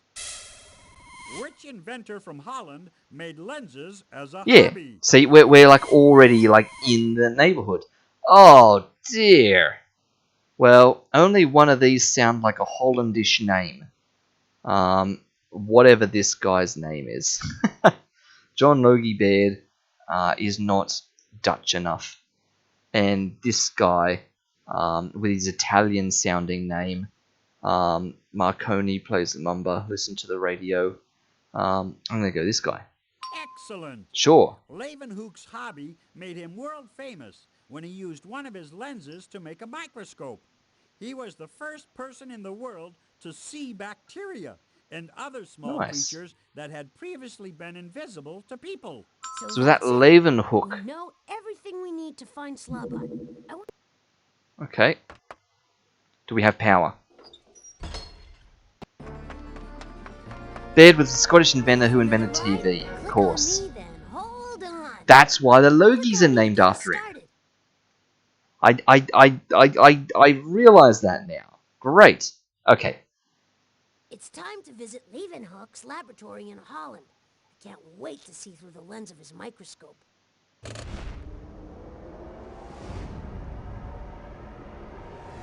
Hey, it's Slawbot, the smelly robot. If he sneaks under the microscope, Leeuwenhoek's in for the shock of his life. Oh, Leeuwenhoek. Slawbot's taking a bath. Hit the recall. Oh. Leeuwenhoek faints. Well, The there's smell alone might do him in. there's your answer, Katooth. This is how a robot sets this up. The robot becomes the bug. Well, it was never a bug. It was a tiny creature. The robot becomes the tiny creature who is taking the bath. Yes, Oh, of all and the times to freeze on me. I know, Bolly, I know. So close. Give me a chance Just to hit the interact recall with the chat. Yes, the Italian guy was the inventor of the radio. Yes, no, I did recognize Marconi's name from that song. From Jefferson Starship. So, yes, okay, figured it out. Get him back. Oh, that's better. Leeuwenhoek observed fleas under his microscope, not a flea-infested Slawbot. Yes. Make sure your seat backs are in their upright locked positions while I take us home. Yes, well spotted, Katooth. I was quoting that song. Absolutely. Ah, there's no place like home. Press the back button on the utility belt to leave the time machine. We need to put this robot to rest. Alright, Slowbot, let's mute Botley for a minute and work out where you're gonna end up. Because I'm pretty sure I'm already keen on next to number 7. I feel like our 15th robot is going to go right there. So, bouncing around again. 10, 11, 12, 13, 14, 15. Tooth wants to go next to 10, so I assume like next to me. So we're again 50-50 in between these two. So 10, 11, 12, 13, 14, 15. So Katooth will take the one on the right next to 10, and I'll take the one on the left next to 7. Otherwise, if it wasn't any of those, just feeling the bounce, 10, 11, 12, 13, 14, 15, it does have to bounce left somewhere. It's going to have to go up. It doesn't need to stay down here. This is too short. 15 to there is too short. 15 way over there would also be plausible. Like, I could also believe next to the 3. That could make sense. 11, 12, 13, 14, 15. Way up the top here, 13, 14, 15. That's like too high. Yeah, it could be. So, yeah, options, if we had to pick like 5 of them, would be any of these 3 on this row here, or any of those 2 up the top there. Probably the 8, because going there again would feel crammed between these, but going here would at least just close off these 2. So maybe one of these 3, or maybe this one over here. But yeah, I think I'm going to go next to the 7. Katooth's going next to the 10, but we've got some backup ones that maybe we're thinking. So let's minimize this. Let's let Botley keep talking. Hey, we can't stay in here all day. Yeah, no, I know, Botley. I know. I've been saying this the whole time. So Roost. I'm We've going added here. another robot Katooth to the here. collection. Maybe up the top. It was up the top. Oh, so that was my other backup. Yep. Will you never give up, Bootley? You may have gotten this far, Ah, but so all the close. help in the world won't enable you to defeat me. Here are more questions. I'd like to see you find your way out of this. Right here, right here. Picked it. Haha, right there. Okay. There's no time to waste. Pick up the quiz disc and put it in the inventory. Who put this together as in put the robot roost together. Yeah, it's a weird combination of like round and square arches and like half rounded arches. Also, I'm a bit concerned by like just the random red lights on these. There's not a red light for every, oh actually there is a red light for everything, because this one's just out of frame, and because that one you can see peeking through and that one is in frame. But yeah, the one down the bottom here is just a bit out of frame, Okay, but pick up the quiz disc and Yeah, click yeah. on the inventory. And we know That's the Botley. only way to see what more is in store for us. Every one of these has a little light. Yep. It's weird that like that one and that one are like both like half black. But that means nothing. Like there's no connection to anything. They're not lighting up when robots turn up. I can't click on them. I can't click on any robots here. I can't click on anything to interact with anything. Can't click on Botley. Yeah, there's no clickable interaction on anything here. So there's no like Pick up the quiz disc and click on the inventory. there's no That's the only secret way to stuff. see what more is in store for us. We'll do that in a minute, Botley. We've just got to put some stuff back. Let me just mute you again briefly, because I know you're going to keep talking and annoy everyone. So you can just annoy me. And no one else will have to hear it. So 12, 13, 14, 15 up here next to the 8. Okay. So that was quite the bounce. So 12, 13, 14, 15. Which means 16 could be anywhere now. This would be way too close to 15 for a 16. And we still can't go here because this square is still protected because of the disc. So 14, 15. It could be down to one of these 2, or we could be heading back over to here to like next to the 9 or something, or even maybe down to here, but that's quite close to 14, 15, 16. I think the next one's going to be a really hard guess. That's what I'm saying. But that's fine. Let's take that down, and let's now bring this up, because we need to mark off a no, to make our odds a little bit further along now. We're still in the top 1% though. So getting 4 out of 15 now. 0.84%, but the top tail of that has us under the 1%. So we're still within the 1 in 100 of absolute randomness, which we know that this isn't. absolute randomness. This is getting a bit better here. Let me just have a quick look at this axis here. We're probably on the verge of the scale shrinking down, but let me have a quick look over here. You guys can't see this. Maximum of that. Yeah. Major. Yeah, let's change that. There we go. Alright, that's fine. So this should now auto... I had it for some reason set to be 10% increments apart instead of having it automatically scale on the axis there. Okay, that's a bit nicer resolution. Great, okay, right. We're almost at the point where 9 and 10 have now got a little visible bump there. Good job. Alright, so they're done. Let's bring Botley back wherever he's gone. Yes, you. Way to see what more is in store for There you us. go. You can have your voice back now, Botley. Alright. Disc 4. Let's take a look at that transquizzer and select another mission. Click on the inventory. Shall do. So disc 4. Ooh, we're nearly at 30,000 points. Would you look at that? We could have. I was going to say we could have been going for like a maximum points run, but to some extent, you could just get infinite points by just continuing to play more missions in the tower before you go into the time machine. Just get more points. Like, there's sort of nothing stopping you. So I guess there's no real sense in that. Let's go back to disc 3 and see what that answer to that other one was. Been there, Tiny done fleas that. and bacteria. Pick a mission we haven't completed. So let's open it up. Let's go to that. Let's have a look. Disc 4. All right, we still got. What did people The first... yellow start button will play this question. Yes, Botley. What did people first write on? Well, I guess we're not going paper then or anything like that. What could they have written on? What would be funny to Polly? Marconi was offered a free ticket on the Titanic because of providing its radio equipment and staff, but took a different ship because he preferred to work with the other ship's assigned stenographer. Now that's a story.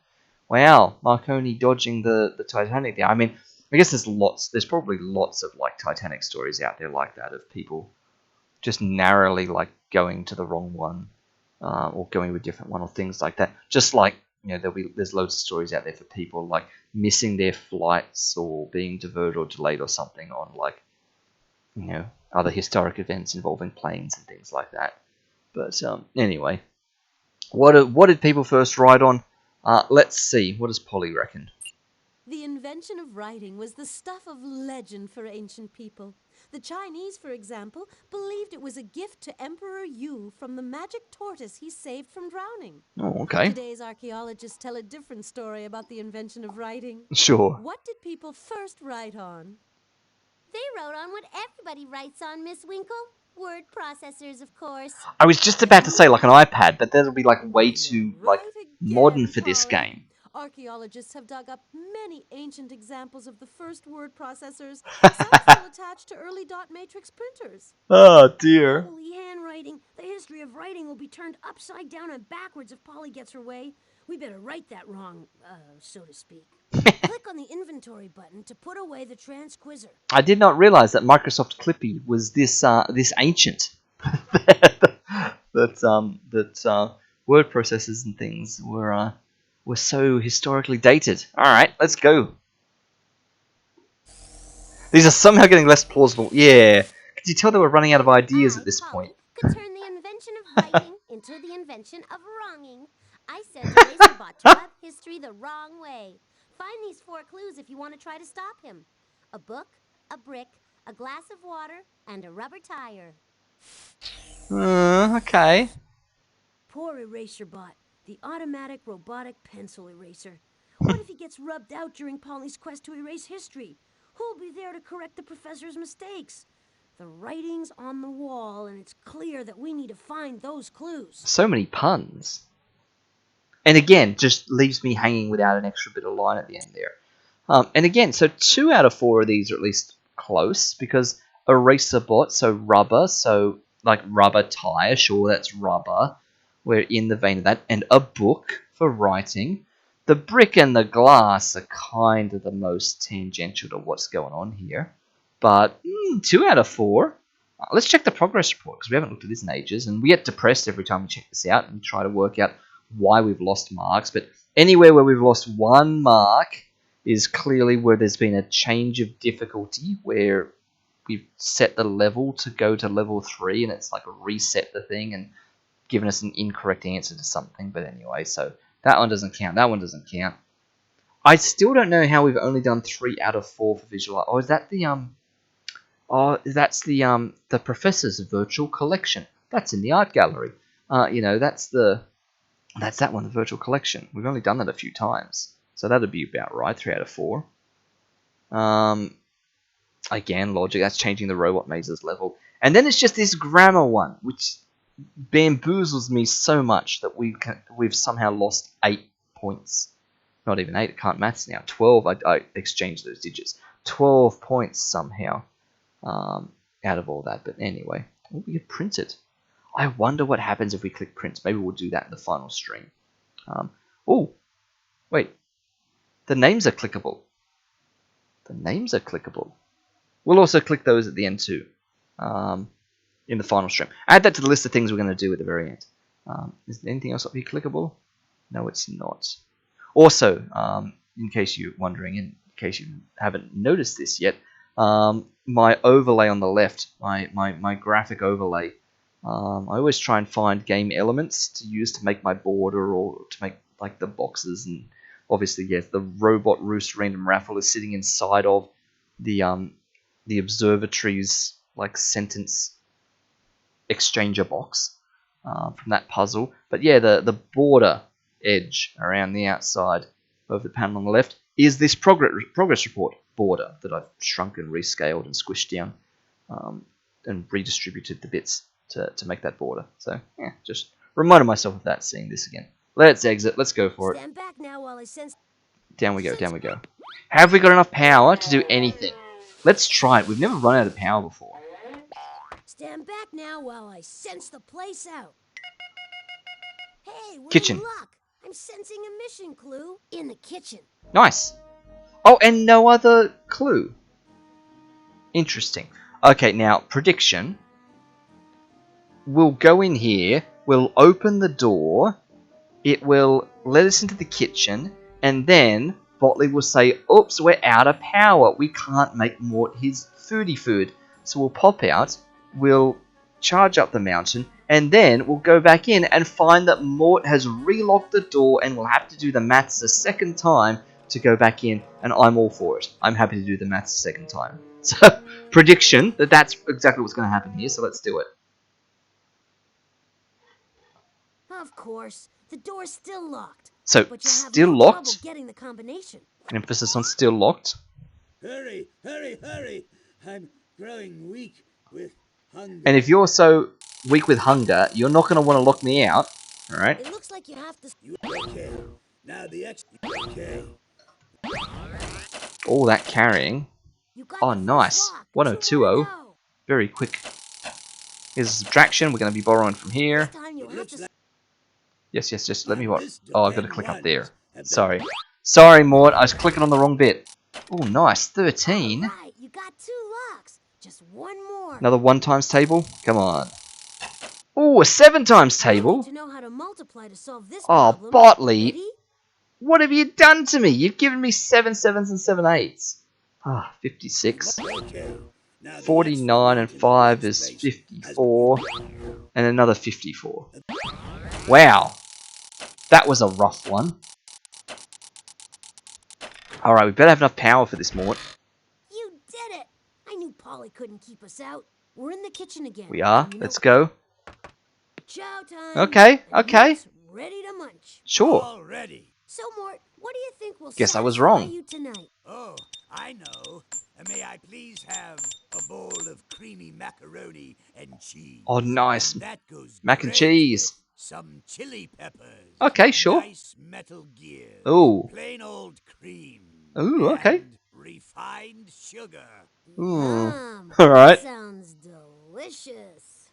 Now click on the on-off switch in front of the feeding machine, and I'll crank this baby into gear. Yep, will do. Dig in. So once again, second ingredient, a little bit robot-y for my taste. I guess you can throw chili peppers into your mac and cheese. The cream, yeah, fair. You're gonna like really cream it out and make it real creamy. And then just some refined sugar. Yeah, because you want mac and cheese to be sweet. Yep. Oh, here come the chili peppers now. Oh, I'm not even ready for you. 5/8. Alright, well, let's grab the 8 to the cup 5 times. Sounds like a good job. 1, 2, 3, 4, 5. Easy. Don't even have to think about fractions. Gold. Gold. Strawberries in the mac and cheese. No, thank you.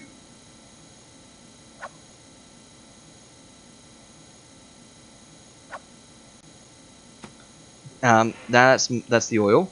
We're waiting on gears because they come in order for some reason. Even on level 3 difficulty, they still come in order, just with distractors. Here's the gears.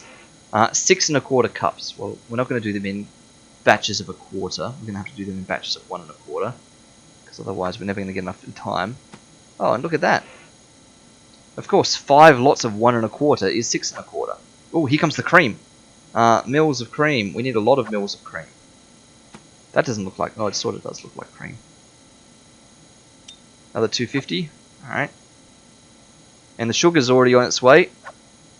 Bottom row. 350. Now we're going to need this one. And then two more of them.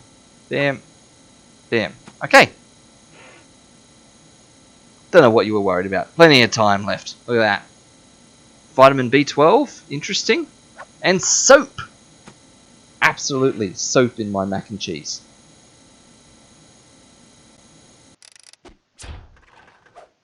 Nice. Wow. That hits the spot. Which spot? All right, you've won. This and spot? now Beep. maybe he'll shut up. Providing such a fine Don't be rude, reason. Botley. Here's a little tip. Great. Take the clue and put it in your inventory. Then, on to complete this mission. Book. Beep. Okay, there aren't any mission clues on this floor. Let's go searching on another floor. Wow, we've got like... This is getting into like the orangest I've ever seen the power thing. Maybe it's got a lot further it can go before we actually run out, and I'm just completely misjudging this. Well, there's only been one on this floor, which means 3 out of 4 on the top ones. So again, 3 and 4 chance of the Professor's Biosphere. Great. I've got a strong reading in the Professor's Biosphere. There it is. This is convenient. There's another clue in the shrinking machine room. Indeed, so they're both there. So the odds were that that was going to happen. Can we do it with this little power? I doubt it. Let's try. Huh. I'm picking up a mission clue via... Ooh, we're back under the biosphere. We can. Apparently this is enough power to do this. Alright, sure. Let's hope it is, because there's no way I'm going to do this a second time if we run out of power halfway through it for some reason. Which we won't, because it always deducts power when you begin something, not like just during how long you take to do it. Like once you start something, it uses up power. Let's grab that one. Yeah.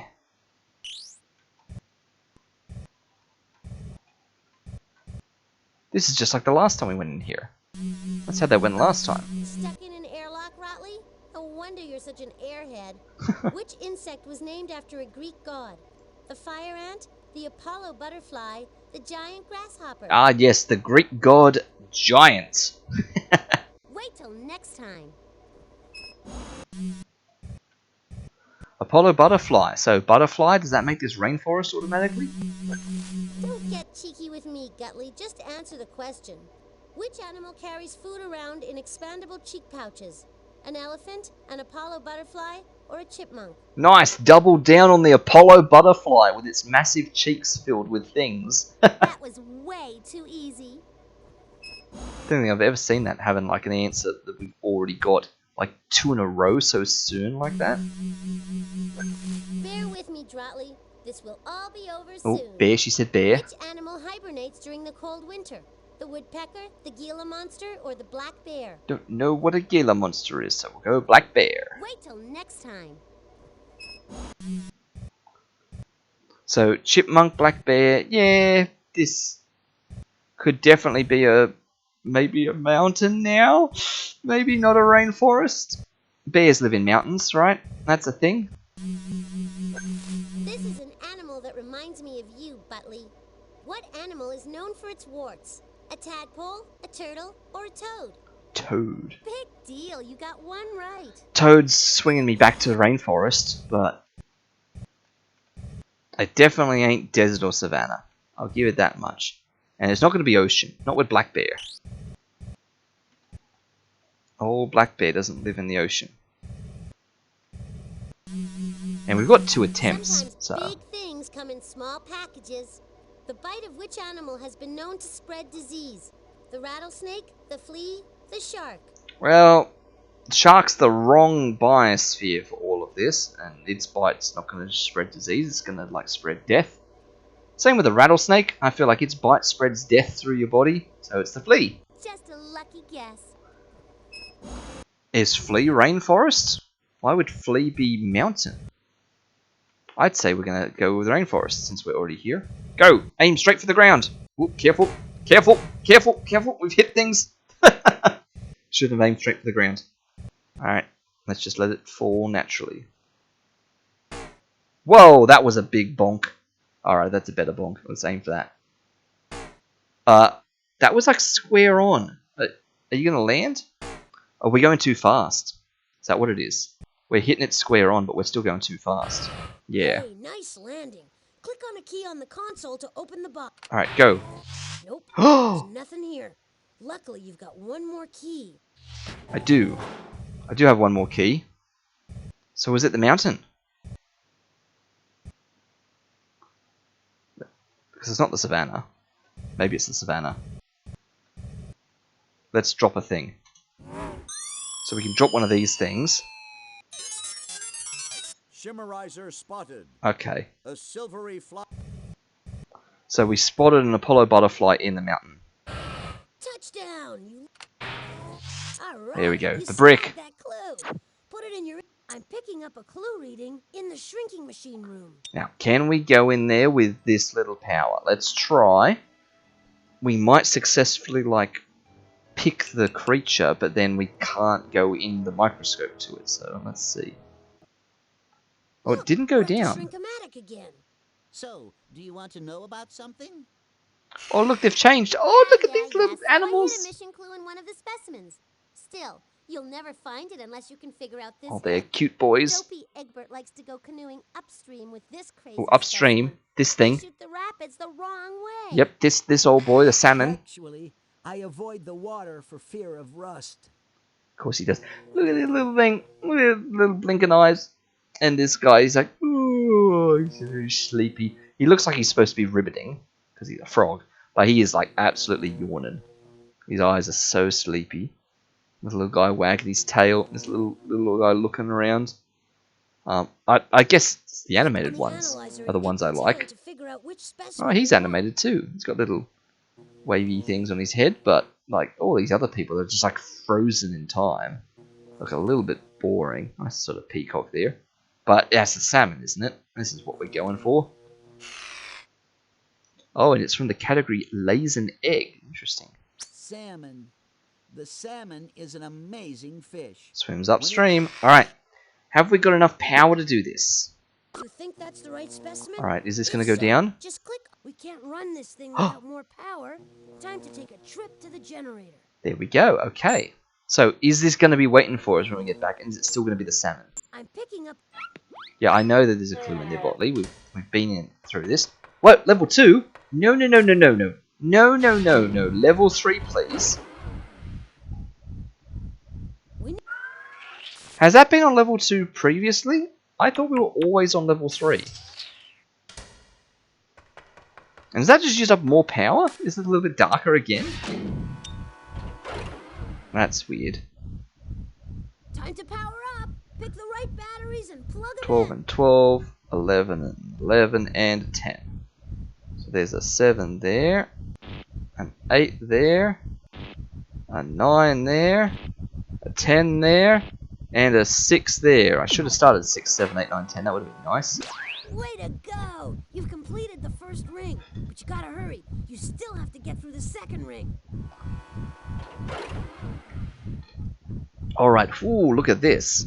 So there's some 12s there and some 12s there. Oh, 11's there. 11's there. And maybe let's put the, so 9, so 6, yeah. And then let's do the 8 there and the 7 there. So yep, 9, 8, 7, and all sorts of stuff. Alright, so there's a 7 there, and a 7 there, and a 6 there, and back to 7 again for some reason, and back to 6 for some reason. Then we've got 10 and 11. Nice. Trying to get little patterns. Wow, that For no was good empty. reason. Up we go. In we go. Is it still that one? Here's Polly's hint. Which specimen is known for swimming upstream? It Choose is. carefully. We can't. You think that's the right specimen? I Happy do. trails. Because apparently the clue hasn't changed. Tis a far better thing harder. Alright, what have we got? Teleporty Not things. that I don't Oh, enjoy being helpful. they're going to just teleport side to side? They're not teleporting things. They're the random funnels. Of course they are. Just to make this annoying. Nice. Nice.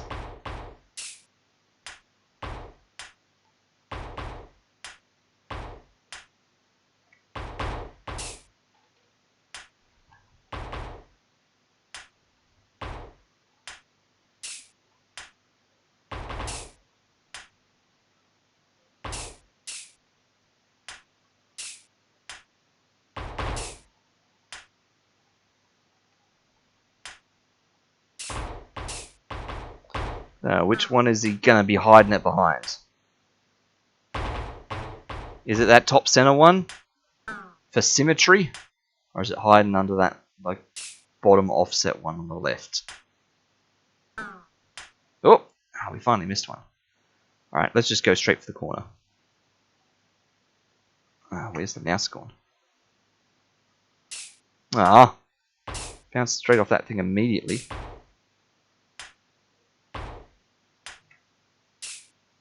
And again, and again, and again. That was a nice angle though. There we go. Whoop. It is under that one. I called it. Off to the left there.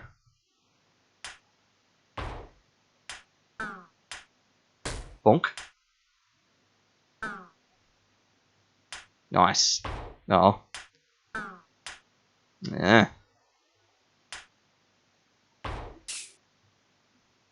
There we go.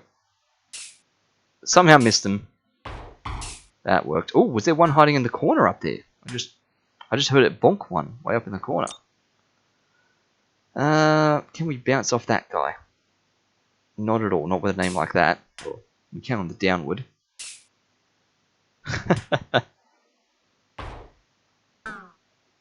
Alright. Randomness, help me. Bam.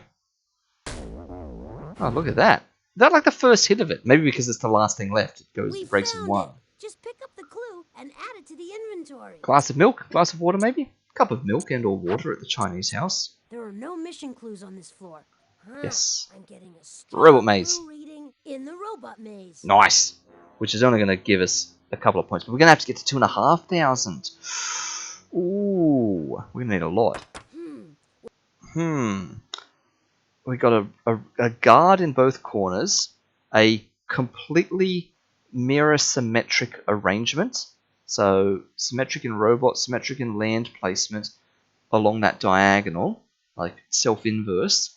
Except we have a teleporter here, which if we keep the symmetry going, that has to teleport us to this spot here. But maybe we don't even take it, because there's not a lot of moves here. So we've got no norths. It's all south and west, except for this east 2. Wait a minute. I can't click on anything. Botley. Botley, I can't click on these. I can't click on these. What if I go out and come back in? Help, Botley. Help. I can't click on anything. No doubt about. We're back at the main. Good. Okay, now I can click on things. That better not have counted as me losing, as getting that one. Ran out of power. Well, I hadn't, because we just recharged, but that is unusual. So we've got 3 easts to do, and we're jumping south and jumping west, and then we've got some wests and some souths. So we're jumping south, we're jumping west, but I've got to go 3 east, which is interesting. So that would make sense if we were teleporting somewhere where we had to come back east to get down something. Or if we were doing a weird loop around here. So a jump south and a jump west can easily just be done in the middle. So if I've got 1, 2, 3, 4, 5, I've got 6 south here, plus a jump south is 7, 8. 1, 2, 3, 4, 5, 6, 7, 8. That's too many. So wherever I teleport to, I have to teleport back to 1 tile above that row. So this teleport's going to take me to a square a tile above, because that way I'll actually have a total of 8 south movements, which will get me down to here. 1, 2, 3, 4, 5, 6, 7. Yes. Alright, because jump south is like going south too. So that's going to teleport me up here somewhere. That's interesting. Now, in terms of the westness and the eastness, the only west we have is west 3, but then we have east 3 in total. Cancel that out, and we have a jump west. So jump west is 2 west. So 1, 2, 3, 4, 5. So there's 5 more west to be taken care of, which means this has to go up 1 and west 5. So 1, 2, 3, 4, 5. So that has to teleport us to there, and we have to take it. It's the only way to get to the exit. So we have to get to here without getting hit by this robot, who's probably walking up and down to prevent us from just walking down here. Maybe. And that's going to teleport us to here, and then we just walk south 1, and we're at the exit. So we've got to do a jump south and a jump west, and we're allowed to do some east. So I guess maybe what we should actually be doing is getting down to here, jumping and coming in from that side. So this robot, he might walk in a little rectangular grid here to even stop us from jumping from here. So I think we've got to come back, because we've got to use these easts. So let's go 1, 2, 3. So let's go 3 west to start with. Wait a minute. We can only jump west. Oh, and we've got 3 west. There it is. Whew. So 3 west. Then we're going to go 3 south. Then we're going to jump south. Then we're going to go 2 south. Then we're going to go east 1. That's going to take us to here. And then we can do some funny business, because I can go south 1. Then I can go east 2. Then I can jump west. South 1. East 2, and then jump west. Or from here, I could jump west over that hole and go south 1 and east. Then jump west over the hole, south 1, then east. Wait a minute. No, it's not jump west. It's jump west, not jump east. Of course. So south 1, east 2, jump west. So we have to do it that way, because otherwise we burn these at the start again, just like last time. This east to jump west are just wasted moves. They're countering each other. So we're going to showboat at the end, but we could have done that at any point. Like, up here, we could taunt this robot by after walking west 3. We could jump west and then come back east 2. Or at the start, we could just jump, come back, and then start again. Or we could do it down here. We could jump west for no reason, then walk back, and then come down here and teleport through here.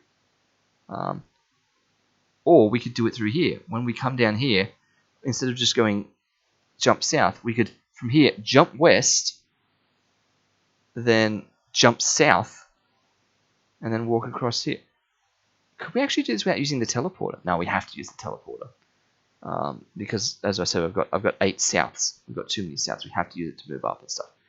Maybe that would be a funnier one than just showboating at the end. What if we made our way to here, then jumped here, then jumped for no reason. That's fine. Let's just do it now. Let's not overthink. Although this guy, are we okay? Symmetrically they are gonna walk in their little 2x3 box. Okay, that's fine. Let's not overthink this too much. Let's just jump, go down here, and if we've got extra moves, we waste them at the end. You know, it's safe. We could have wasted them by taking a long way around the middle. But yep, to there. South 1. Oh, look, we're at the box. Never mind. Let's go east 2. And like, wait a minute, the box is back here. Jump back. Whee! So you can jump over nothing. Like, that's allowed. Nice going.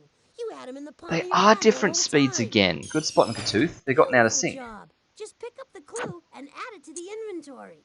All right, we got all the mission clues. Now all we need is enough invention points. We need 2,500 total. We're gonna have to play some of the games on this floor to win some more points. 2,500 is an awkward amount because the music hall's not going to give us this exactly.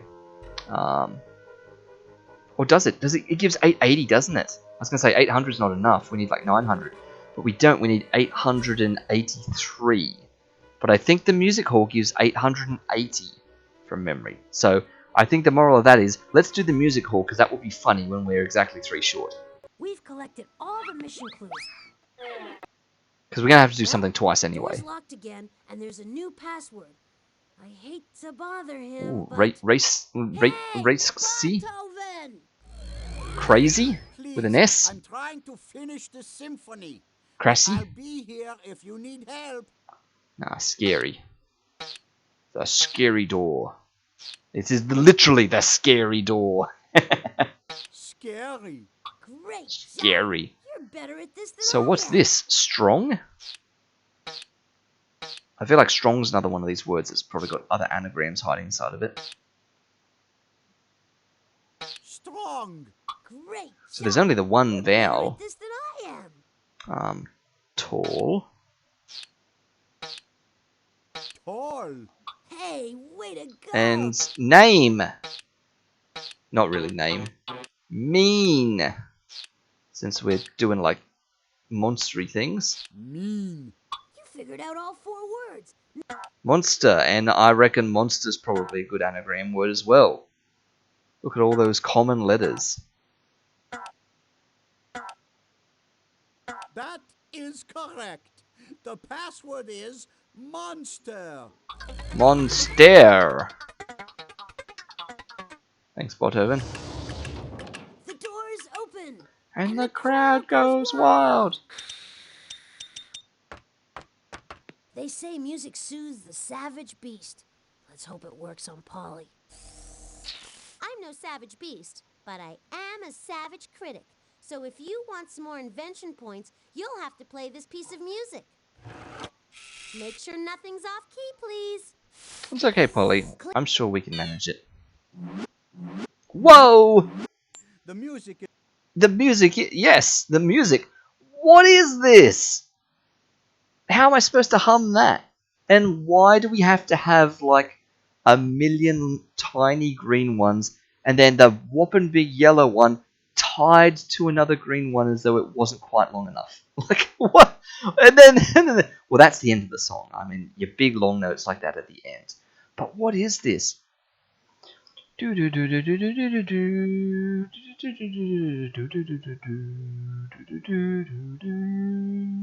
have no idea what this could be.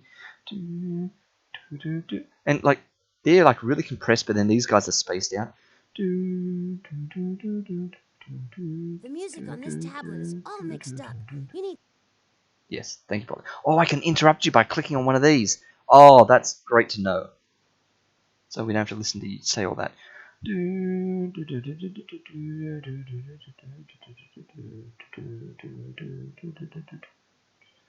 have no idea. I feel like I want to hear this one though. This could be like the start. This one.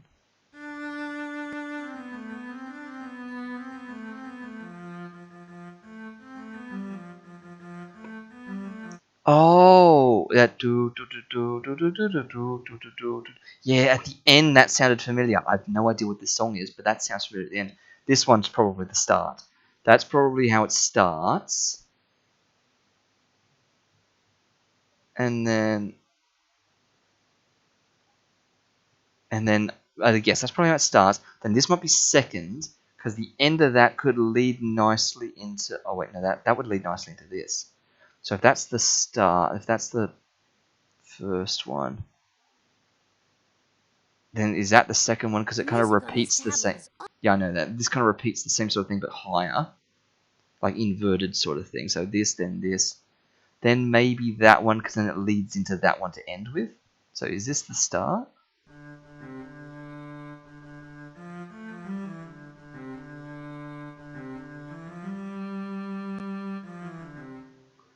Yeah, I feel like that could be the start. Then this has got to be the end.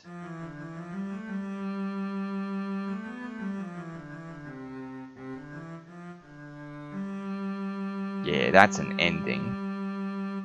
But I'm going to need to hear him play this so we can work out how this actually goes. Alright. Oh! It was this first one. That's the start. Oh, and then this is second. So that's the end, like the first movement. So these two are actually correct. Okay. So it just swapped the bottom two. That was very unexpected. So swap the bottom two, and then it's correct. So, because then that there moves straight into that, which makes sense because they're on their way down into that. But yeah, okay. So I had these two do plug together in that order. This one does lead to this one, but these two are the start.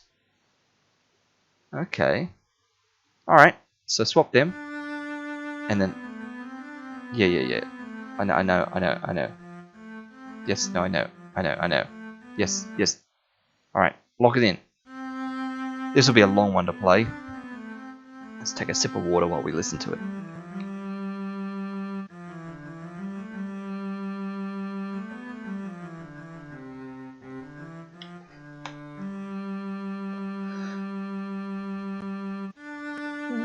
Wait, did he just like double play that note?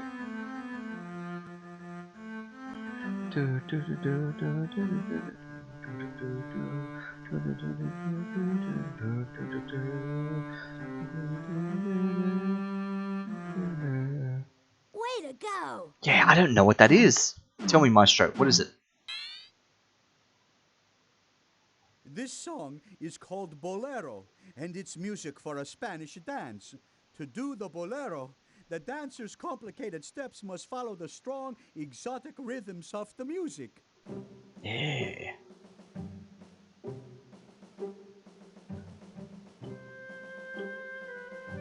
Okay.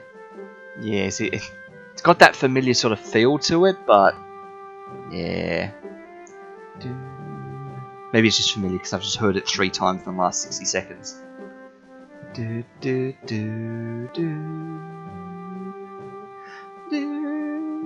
Oh, I missed my cue.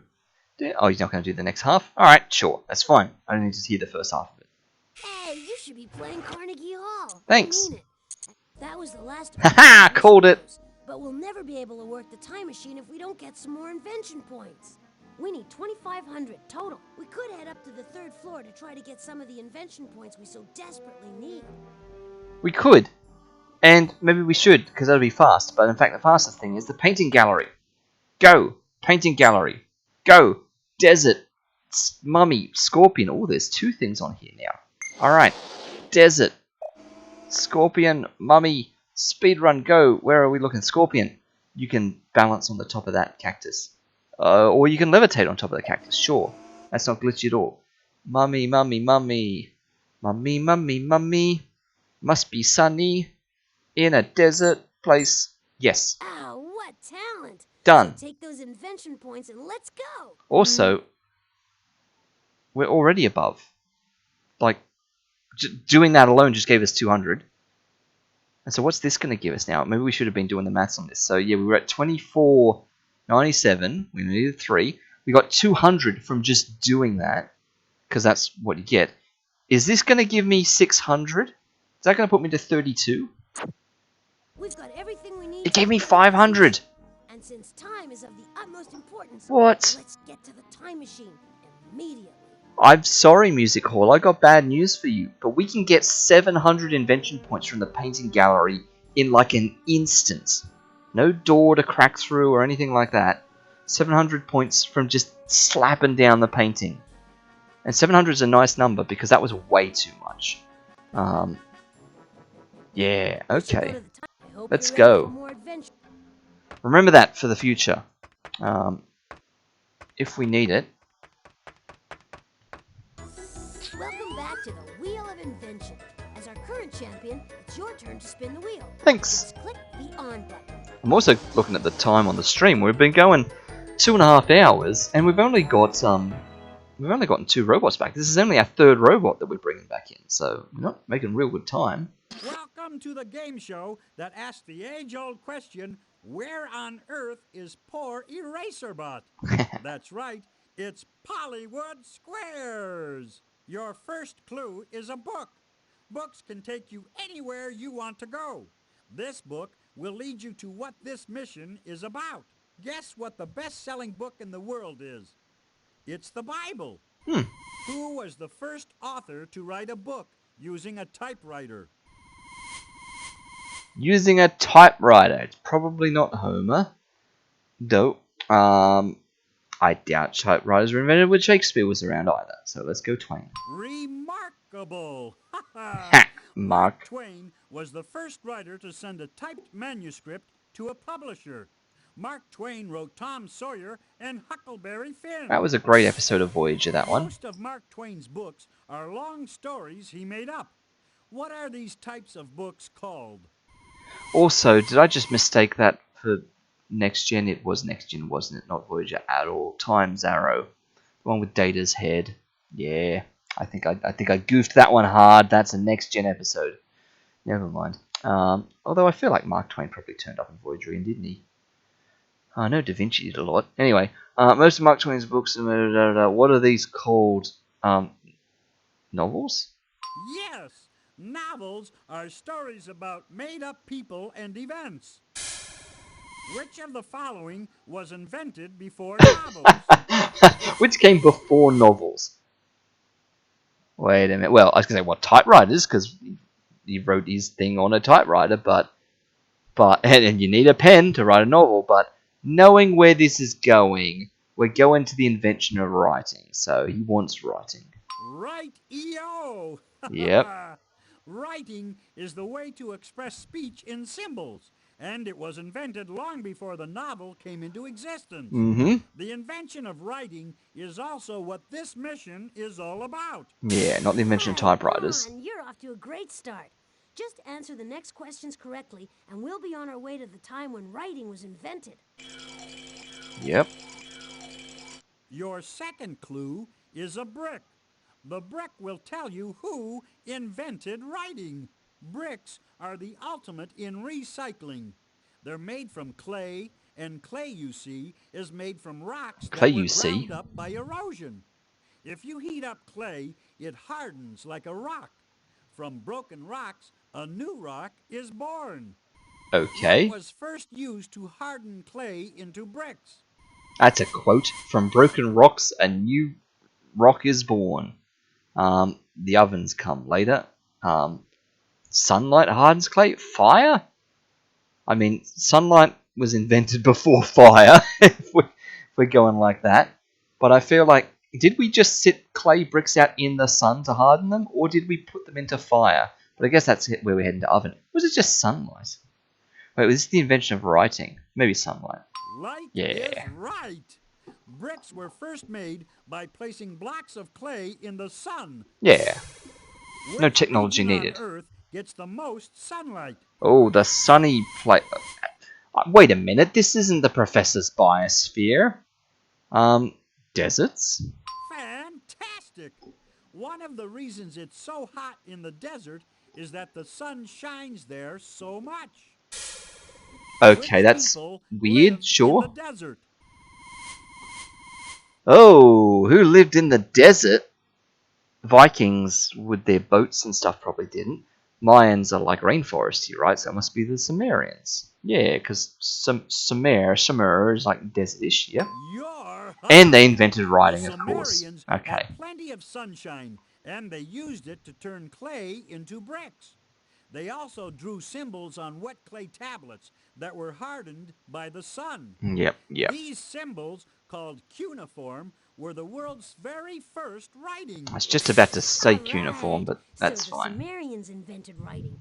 Only 2 clues left, and we'll know exactly where we have to go to find Eraserbot. Keep going. So the when is ages ago, and where is Your in third that clue place. is a glass of water. It will show you where writing was invented. All animals need water, but not all animals drink it. The kangaroo rat gets all of its water from the plants it eats. Which plant has saved the lives of desert travelers who can't find a Ooh, a glass of water? cactus. Yeah, the barrel cactus specifically. A Joshua tree, a maple tree. Interesting. Okay. This is a barrel of fun. Desert travelers scoop out the pulp inside the barrel cactus and squeeze water out of it.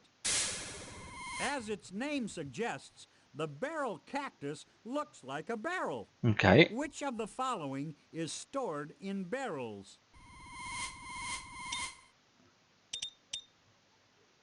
Yes, we can't. I was looking at this before to work out why these buttons were inactive, but I thought it was just because Monty was talking. You can click the help button here for some reason. I guess Botley might give you a hint, or Monty might. But you can't click the back button. You literally can't exit this. And I can't push the on button to turn it off now. Interesting. Which of the following is stored in barrels? Well, you could store all of them in barrels, right? But it's grapes, because... The juice No, of it's grapes not. is sometimes stored in barrels, but not the grapes. Ah, Monty. Alright. Well, Oil, right! sure. Oil was formed from the remains of tiny plants and animals that lived in the ocean Oh, I should millions have of seen where years this was ago. coming. So where do you After find oil is oil? drilled from the ground, it's shipped around the world in containers called barrels. Yeah, okay. Some countries have bigger deposits of oil than others. Which region of the world has half the world's oil? Oiland. I was going to say, how are they going to narrow this down? It's just the Middle East. Oil-a-rama! The Middle East controls so much of the world's oil supply that it has become an extremely important region to the rest of the world. The Middle East is important to you right now because that's where writing was invented. Hold on to your hat, Eraserbot. We're All right. almost there. Your fourth and final clue is a rubber tire. It will roll back the clock to the time in history when writing was invented. They once tried to make car tires out of wood, but they chipped when you hit a pothole. Yeah, I was going to Rubber say. makes the best tires. The rubber tires on your bicycle are made from artificial rubber.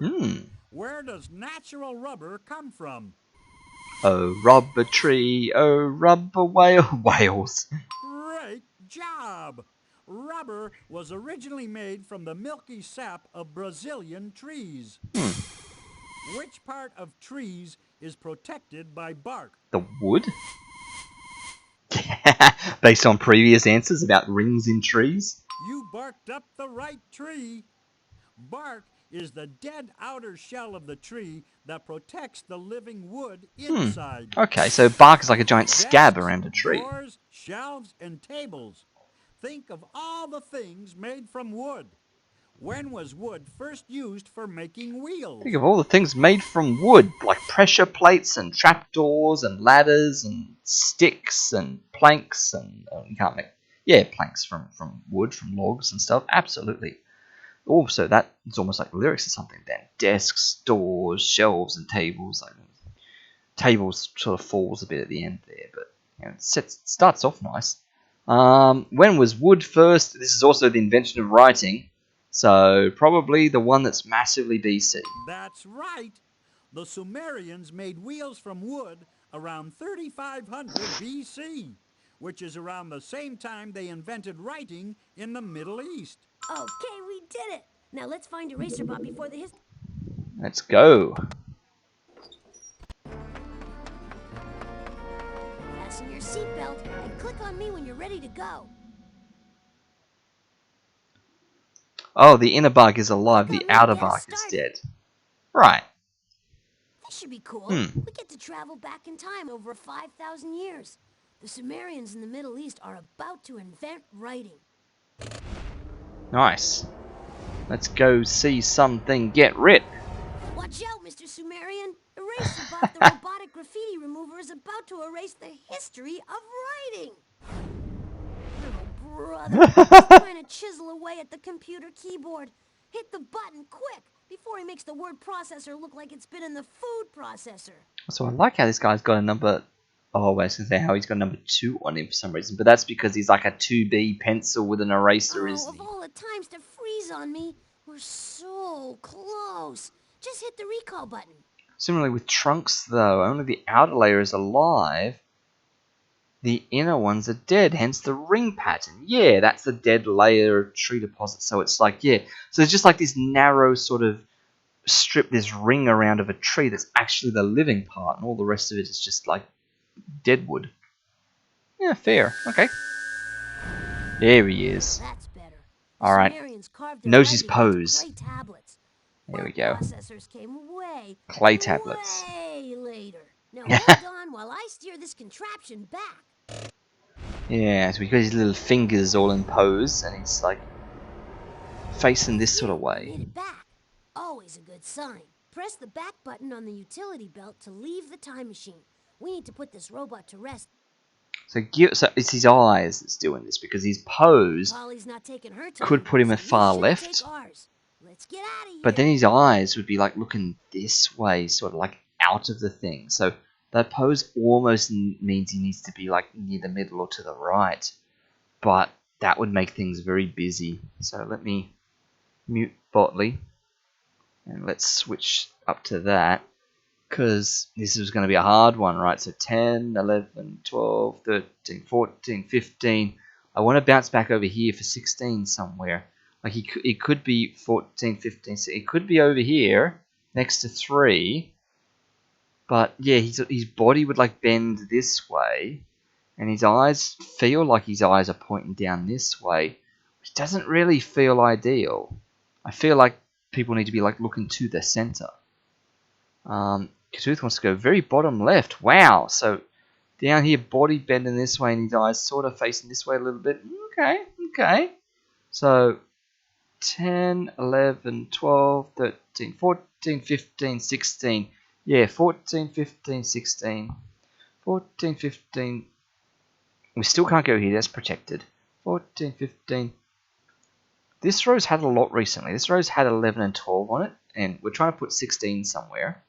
Yeah, there are still 3 gaps on the bottom row. There are 4 gaps on this row, though. And only 1 up there. And this hasn't been touched since like 3 and 11. So I'm going to go maybe this one up here, actually. The one that I was saying probably not. Next to the 3 here. 14, 15, 16. Yeah, I feel like we are on the bounce left still. These are too close to 15. I feel like way too close. Going back over here would get too clustered. We're all jumping around the same area too much. Maybe down here to come back near the 14, but then 14, 15, then back down to the same spot, 16. So I'm going to go next to 3 up on here. Tooth wants to go bottom left. Yeah, okay. Let's lock them in. Bring that back down. Wake Botley back up. Alright, Tooth's down here. I'm up here.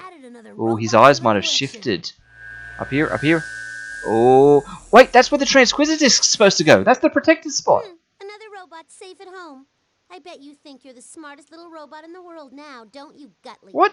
Well, you're not as smart as I am, and I'm gonna make the next mission so tough you'll beg to be taken to the scrap heap. Thanks, Polly. No time to pat ourselves on the back. Select another question so we can save another robot. Click on the inventory to start a mission. I now have endless questions. Well, I have 2 questions. Question number 1.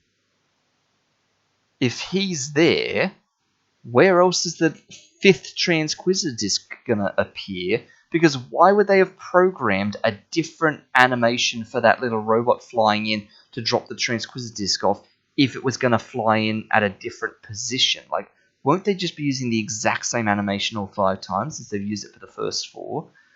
And then my follow-up question, my second question then is, well, if they're not, if they are using the same animation, and he is going to drop the disc here anyway, excuse me, Botley, one step ahead of us.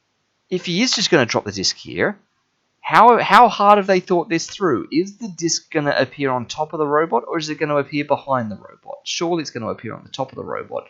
But that's going to look weird, right? Having this thing just flying and like the depth of this, like what is this even representing then? Like, anyway, complaints galore. Let's mute Botley, go and mark some things down. So this spot here, the 16. Look at that. That's so 10, 11, 12, 13, 14, 15, 16. Wow, that's not a human type move at all. Didn't expect anyone to get this far through. Yeah, they thought people would have given up by 15 discs, by 15 robots. So, yeah, like this is like, it's next to way too many things. It's filled out like a little diamond now. We've got a whole star shape that's filled that out. It's the spot that we already ruled out up to this point. So the odds were definitely not in our favour there. Let us mark that one off on this thing. Sorry, Botley. I can see you talking there. But we're going into here. We've got to mark off a no on that overlay, which is going to shift these. Oh, look at that. The peak has finally moved. Because our expected number is now close enough to 1 that now by this point the expectation is that, you know, if we were doing this fully randomly, then out of the 16 guesses we placed, we should have gotten 1 right by now. So it would be even rarer if we'd nailed none of them up to this point. But we're at 4 out of 16. We've gotten a quarter of them right. 1.2%, and the tail of that's getting us up to 1.42. Still haven't quite got a little bump at 10 there. But yeah, okay. So we're still in the top 1.5%. The, you know, whatever that is. Right. Okay. Let's mark this off. Lost in time. Let's get to work. I know, Botley. I know. Looking at the time, what are we? We're nearly up to 3 hours. We're only going to get time to do one more robot. How have we wasted so much time, Botley? Have we been talking this much? Been there, Clay done tablets. that. We have Like a been mission. there. All right. Ooh. The What? yellow start button will play this question. Yes, Botley. Thank you. What was the outside of the world's first sausage made of? What sort of a question's that? Okay. Isn't 4 your average for this game? Oh, like the final expected average at the end. I did do the maths, so I have got that somewhere. So I can tell you eventually. I can't tell you right now. But, oh no, 4 per episode.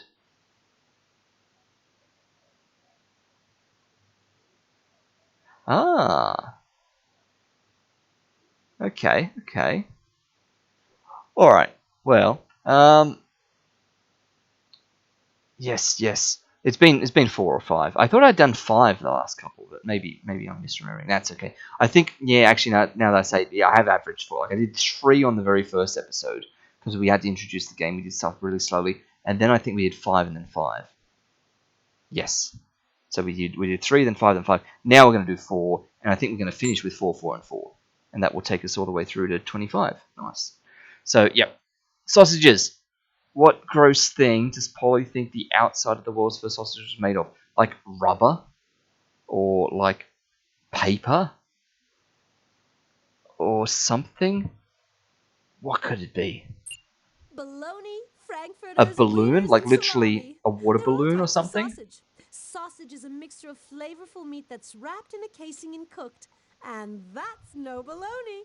What was the outside of the world's first sausage made of? Yeah, like a blow-up balloon, like Daddy's mother put the party everything she tricks. had into making her homemade sausages.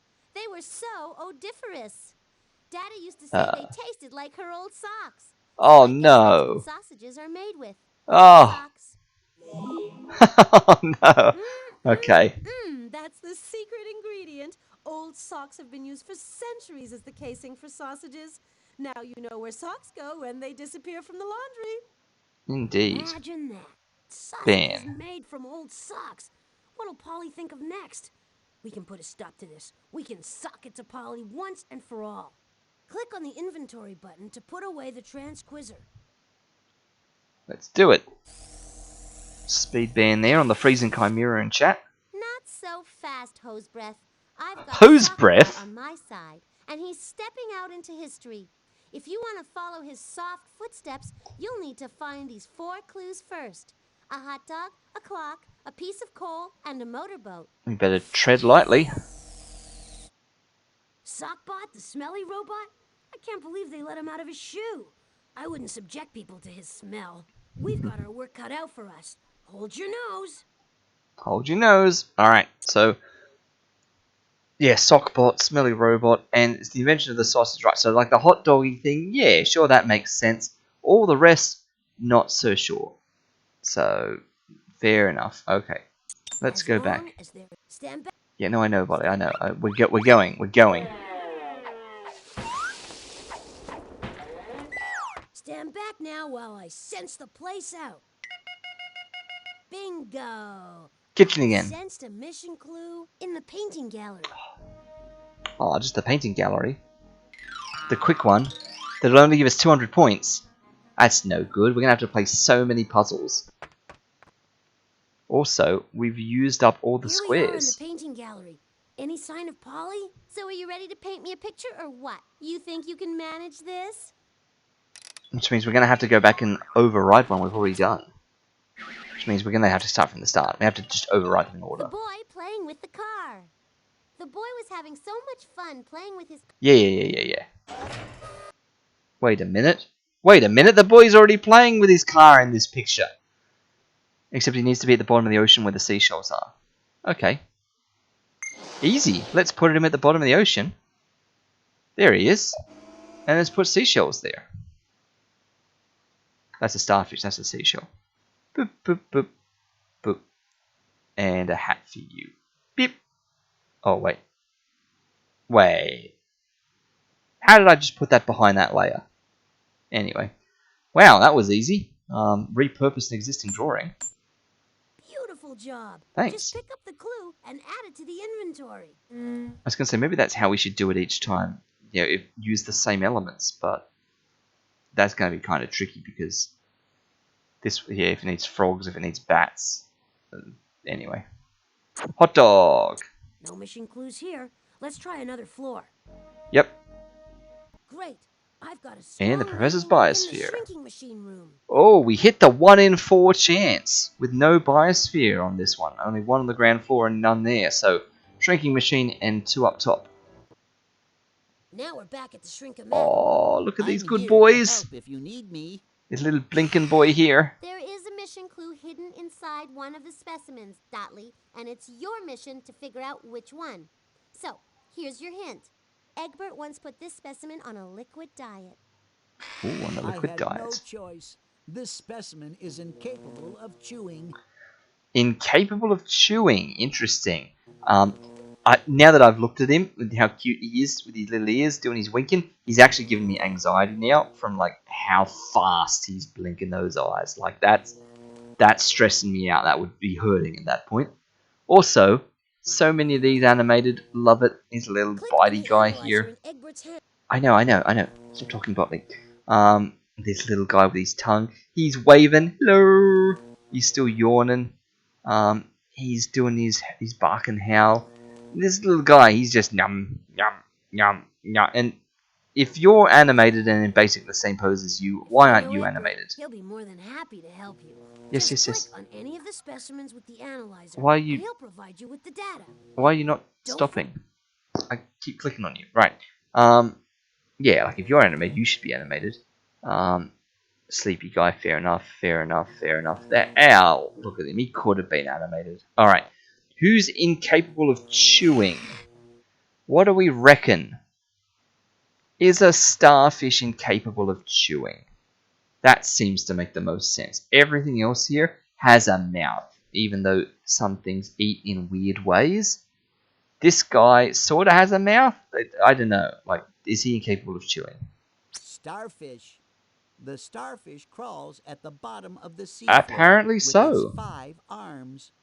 If a starfish loses its arm, it can grow a new one. What about the octopus then? Octopus. The octopus lives at the No. bottom of the sea. It's got a horny It mouth. uses its 8 tentacles to grab What about this objects. spider? Tarantula. Tarantulas are Aha. huge and hairy. Tarantulas have fangs, but they don't use them to chew. Like all spiders, the tarantula puts venom in its victims and then sucks the liquid out of its body. Right, so the tarantula doesn't chew. It goes on a liquid diet. It just uses its fangs as straws to drink. Right, okay, I sort of wasn't quite going down that angle, but yeah, alright. Remember Polly's hint? Oh no, I know. I didn't mean to click on you. I thought I was giving the thing back. You think that's the right I space? do. Happy Let's go. trails. Later! Honey, I shrunk the Botley. Oh, look how tiny these are. Back here again. Yeah. Let's just get into a Botley. I can skip that dialogue line, I've realised. This is going to be problematic. Look at this. Once we finally break through, it'll be fine. Because we'll be up there. Like that. That's great. And we're up there so early. Hopefully we can stay up there now. And never come back down. We can only hope. Come on. Get it without ever coming back down. Come on. Oh, we've opened up a way down. Come on, nearly. One more hit and you probably got it. Oh, we're down! No! I reckon it only takes one more hit and we've got it. We've hit it like 3 times. Ooh, that thud. Oh, we hit it again and it didn't pop. That was again? How many times do we have to hit it? Is its hardness a function of how many other balls are left? Because we've hit that a lot of times. Ooh, that thud again in the corner.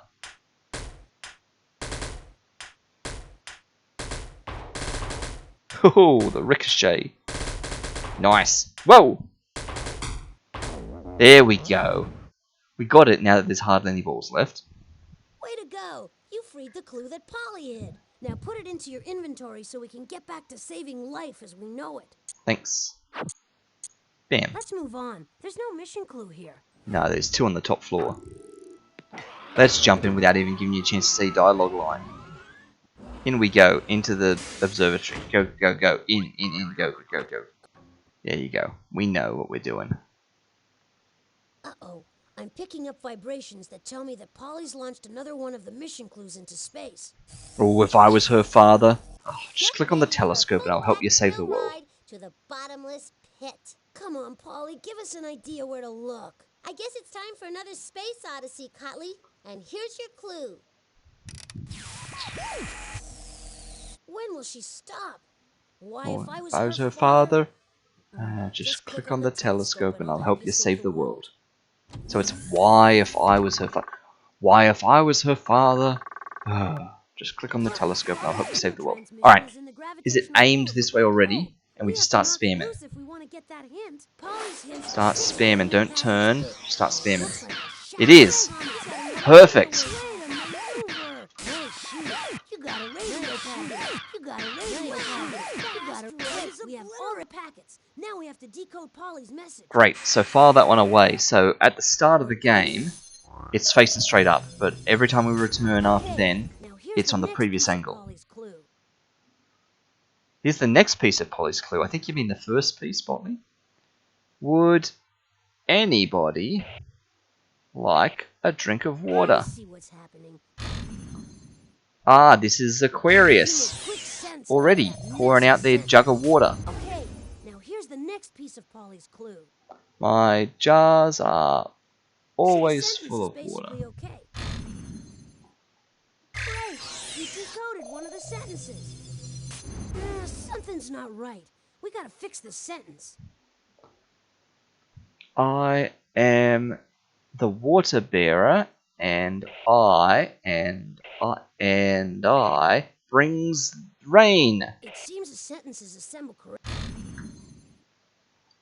I couldn't make any sense out of that, but you managed to find a real sentence. Great. Ancient people feared It seems the me. sentences assemble correctly, but there are more words than you need. See the Oh, block with two choices? Well, you need to select one of them, the one that makes sense grammatically. Click on the word that doesn't belong and throw it away in the discard tray. That's the tray held up by the gloved hand. you know, I know, Botley. Both of these work, but I feel like grammatically speaking, it should be past tense because we're talking about ancient people as though they were in the past. So it is ancient people feared me. But if we were talking about all this in the present, like we sort of are, would anybody like a drink of water? My jars are always full. It's all very present tense. I am, I bring. So ancient people fear me is present tense like everything else. But should it be feared? Like ancient people feared me? Because we're in the present talking back about the ancient people. So I'm going to go with feared. Like, this is the first one we might actually get wrong. Ancient people feared me. No? Apparently that's it. Alright. To find a real sentence. Great. I guess if it was in the present, they wouldn't talk about it as ancient people. You wouldn't say ancient people feared me. You would just say like people fear me or something. If we were talking about this in the present tense back then. But anyway. Okay. I brought them sometimes brought them more rain. I brought them more rain sometimes. Me sometimes bring rain. You decoded one of the sentences.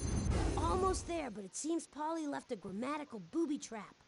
I never brought them. Well, I see what's happening. I sometimes brought them deadly floods. I mean, grammatically, both of them work fine. Great. But contextually, it was going to be I sometimes bring them Anybody deadly like floods. a drink of water? Because of the previous sentence. My jars are always full of water. I am the water bearer, and I bring rain. Ancient people feared me. I sometimes brought them more than rain. I sometimes brought them deadly floods. Alright. So, are you at the top of the northern hemisphere, Aquarius? Up here? No, that's Aries. Are you at the top of the southern hemisphere? There you are. Aquarius. Hey, you're right on target. I knew you were up the top of something.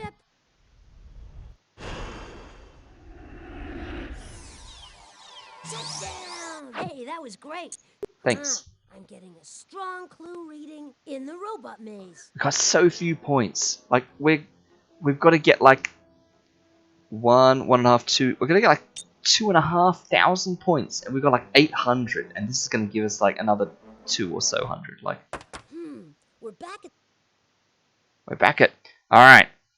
Again, perfect mirror symmetry. Including the 2 teleport tiles.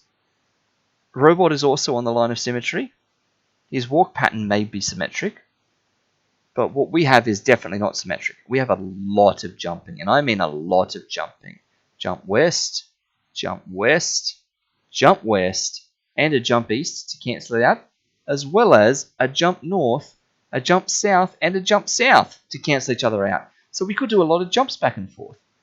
And then we've got a west 4, a south 3, and a south 1. So there's a west 4 and a south 4.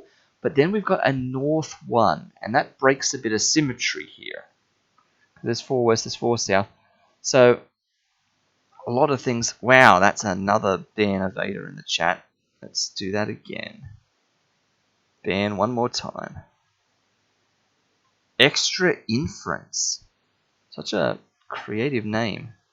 I mean, all these names are like um, um, are like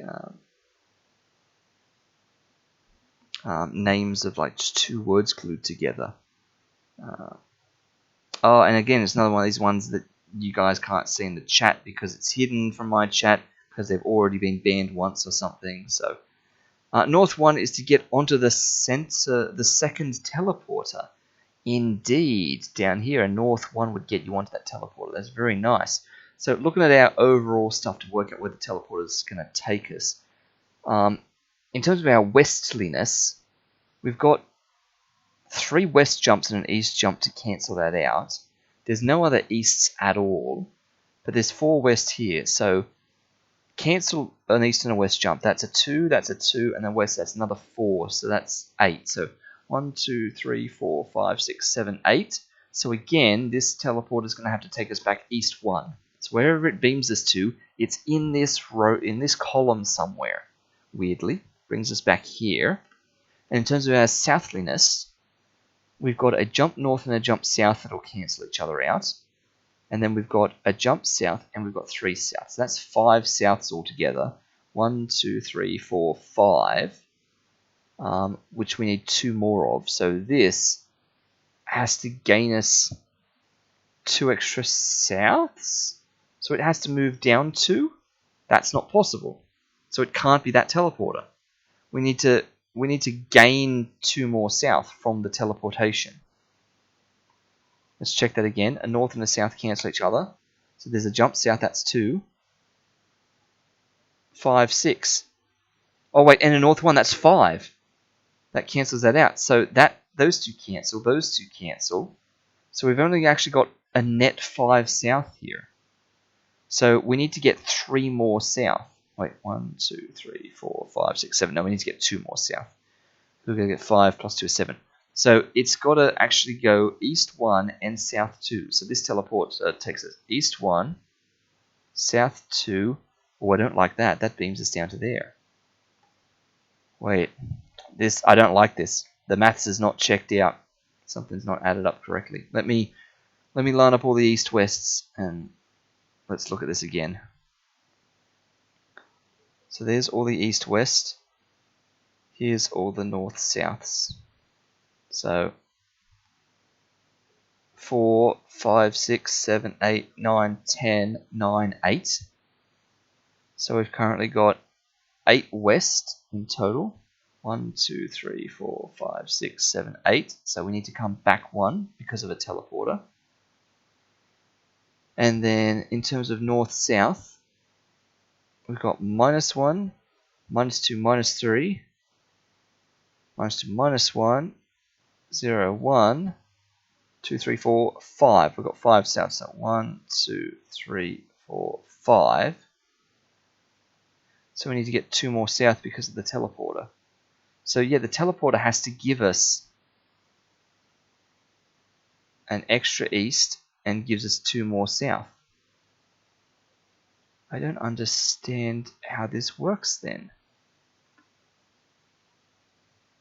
Okay, it's weird that the counting doesn't seem to add up for the first time ever.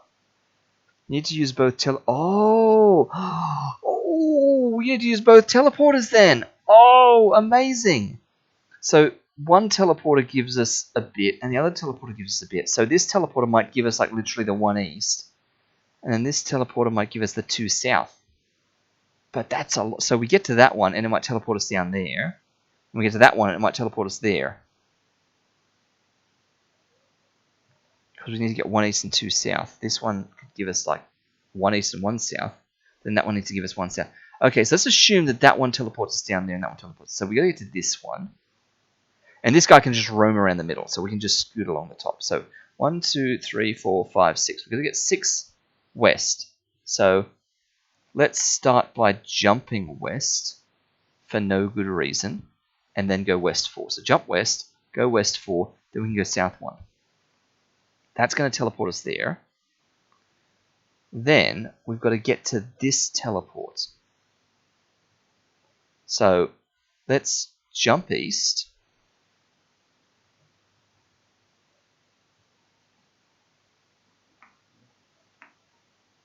Wait, no, that's silly, because to get from there to there we have to do way too much east. We have to go to this one first. We don't have that much east to play with. We've only got jump east. That's the only thing we've got to do. Yeah. So we have to be going down this way. We have to go to this one first. Alright. So we have to walk down this way first. So...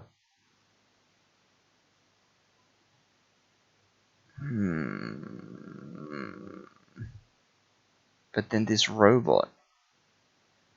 This one's got me bamboozled.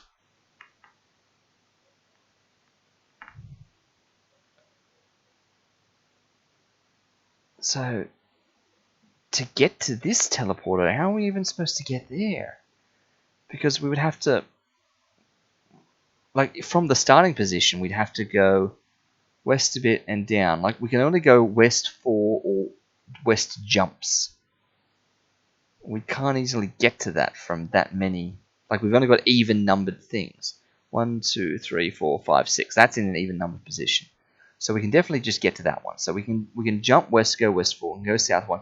We can get onto that teleporter. Oh, you're right. I am guessing where they go because I'm saying that they've got to do a net 1 east, south 2. But that doesn't mean this one does 1 east, that one does south 2. It could go anywhere else and then anywhere else. And then the sum of those two is a net 1 east and 2 south. You're right. I am completely guessing that that one's going to take me there. Oh, dear. Okay, it's going to take me somewhere. We could just run this and find out where. But it's also funny to just guess. So it takes me somewhere. And then with the rest of these, I can only jump east. That's the only east I've got. So surely that's going to involve me jumping from here to this teleporter. Or maybe jumping from here across here then down to the teleporter. So this is going to teleport me somewhere to get me to one of these. Maybe this one teleports me down to here, and this one teleports me to here. By symmetry. Zigzag. Then try to figure out what's going on. What will be the final moves that you take then? Yeah, nah. That's... Ooh. West 1, west 4, south 1, then jump west. Nice. Let's do the jump at the start. Let's jump nothing. If that teleports me there, when does the south 3 get used? You're right. A jump west south 3 could be the end. Could be the end. 1, 2, 3. There's a south 3 here, and there's a north 1 here. But, so if this teleported here, if I went jump east, then that teleported me to there. I've got way too much left. I would need to do... Yeah, and because I have an even number of east-west at that point. I actually have an even number of east-west the entire time. So wherever this teleports me to, it's got to be to an even position away from things. That could teleport me to there. Okay, let's just run it and see what happens. If the south 3 is at the end, if we come from the back, south 3, we need to jump west. So 1, 2, 3. So we're here. A random north 1 gets us onto this teleporter. Yeah, so if this beams me over to here somewhere. So after we've done that, we're beamed over here somewhere. Well, if it took us to here, that's the south 3. 1, 2, 3. But then the only wests I've got are jumping west. So, okay, so if we're here... Yeah, but there's a jump north as well as 2 jump south. So I've got to jump up somewhere. Like, that's also could be here, jumping up to this teleporter. I mean, I could walk around here and do a jump, jump, jump. You can't get to the teleporter from south 3, exactly. Like, we could walk west 4, walk south 1, then jump, jump, jump, That would be funny. Do like a showboat here, and waste a bunch of moves.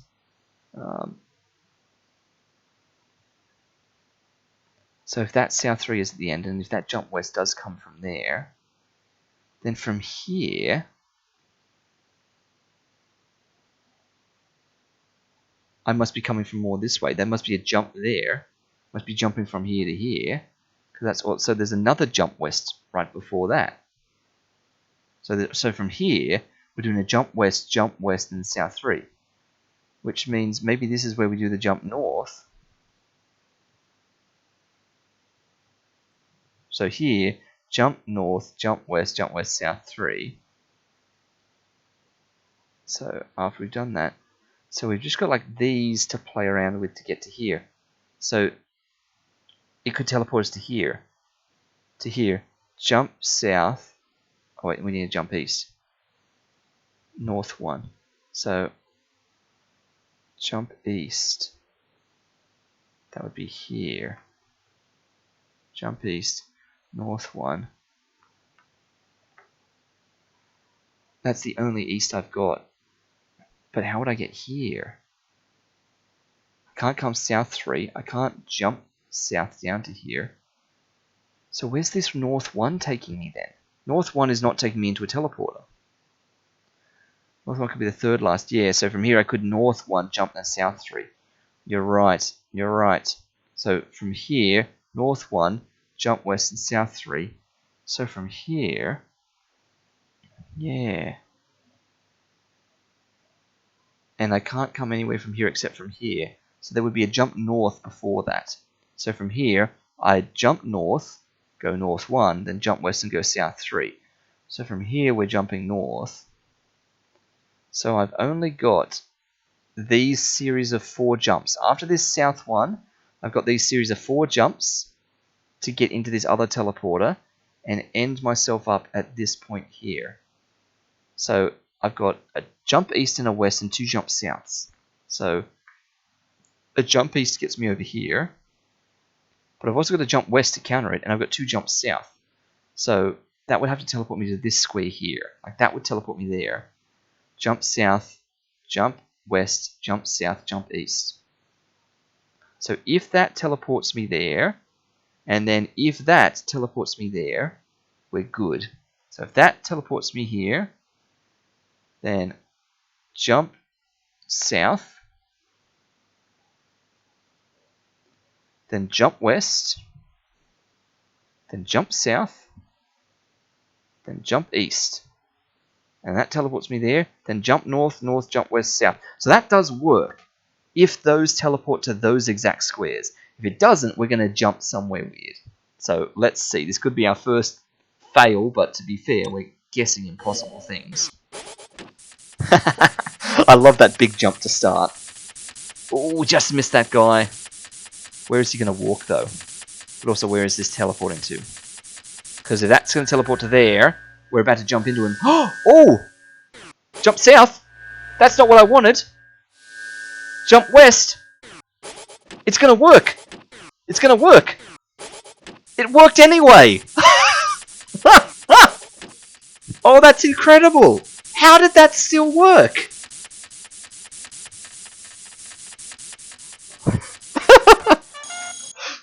And we did like a weird showboat at the end of just jumping in a circle. Made it through the maze. You are some slick programmer. So we could have like jumped up and back and back and Beautiful back. job. Like we Just could have pick done up the so clue many other and add it things to the there. inventory. Yeah. Oh dear. So that took us there. So at any of these, we could have done the showboat jump around there. We could have done the showboat jump around there, but instead we did the showboat jump around the end. And we didn't even need to. We could have just back, up, back sort of thing. But anyway, I love it. All right, we got all the mission clues. Now all we need is enough invention points. We need 2,500 total. We're gonna have to play some of the games on this floor to win some more All right, points. Let's check out the 1,500. robot obstacle course. So that says 1 music hall and 1 painting We've collected gallery. all the mission clues. So let's do the painting gallery and get it out of the way. Living room. Flying saucer with a rock. Living room.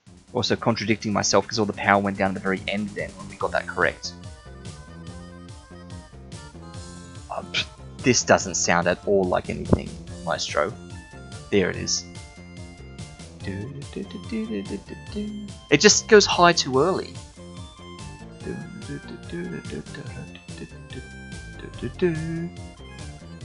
Yeah, that's a weird song, isn't it? Oh, it brings tears to my eyes. We've got everything we need Nice. to complete this mission. Do we have enough power though? But since time is of the utmost importance, let's get to the time machine immediately. Immediately. I hope you're ready for more adventure. We do. He's gonna let me in. Alright, sure. Was it this low before last time? Maybe. Let's do it, Botley. Spin of the wheel, just click on the We've, on button. we've been at this 3.5 hours. We've got to get this done. Glad you can join me, Monty Monitor, for another exciting edition of Hollywood Squares. All you have to do is answer a few simple questions, and you'll save Sockbot from turning the world topsy-turvy. Pass the mustard. Your first clue is a hot dog. It will lead you to what this mission is all about.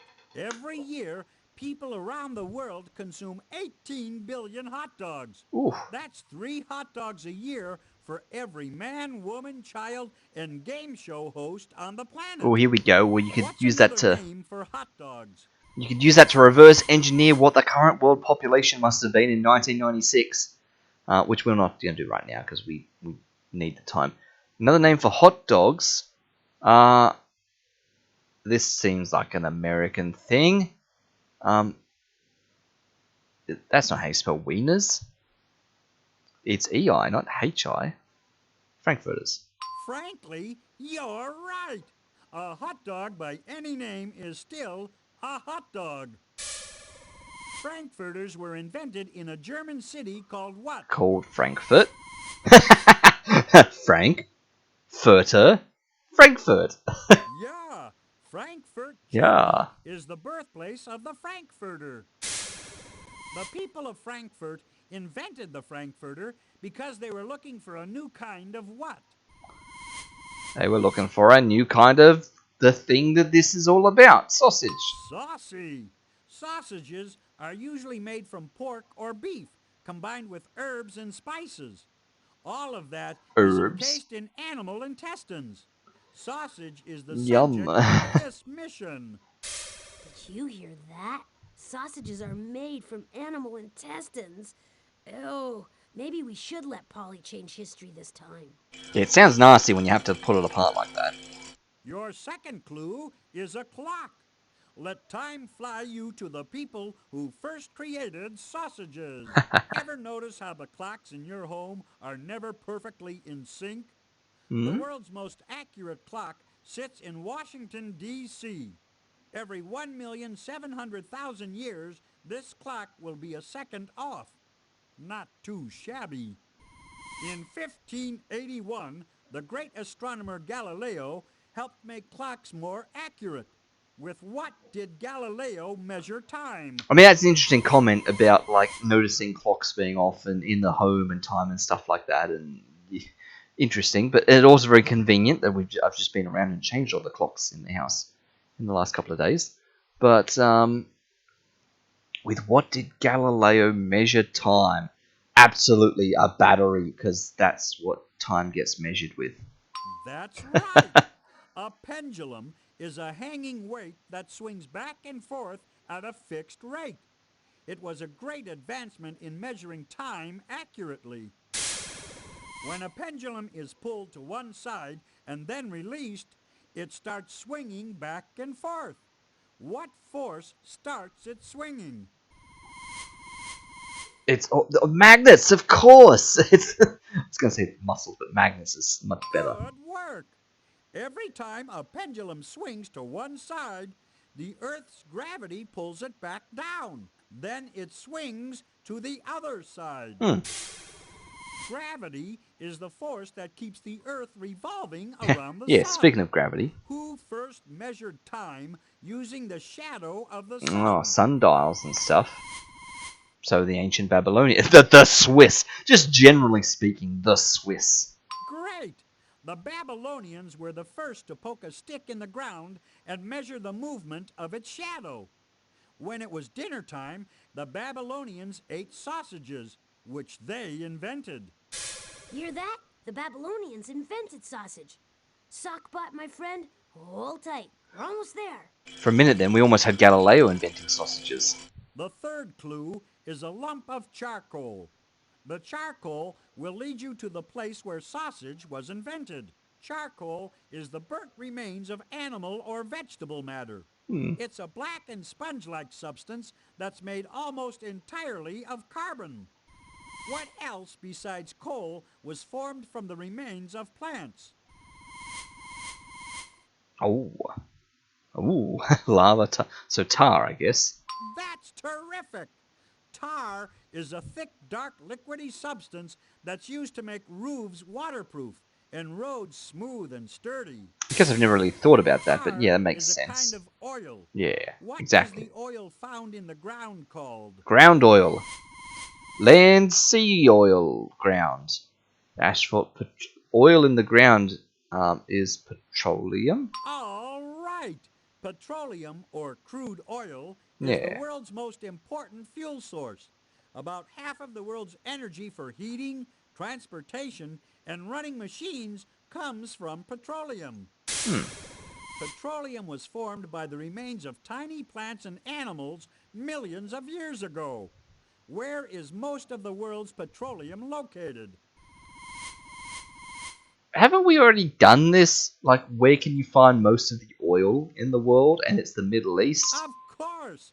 The Middle East is lucky to have more than half of the world's oil deposits. Yeah, you said that It's last one. also lucky to be the place where the sausage was first invented.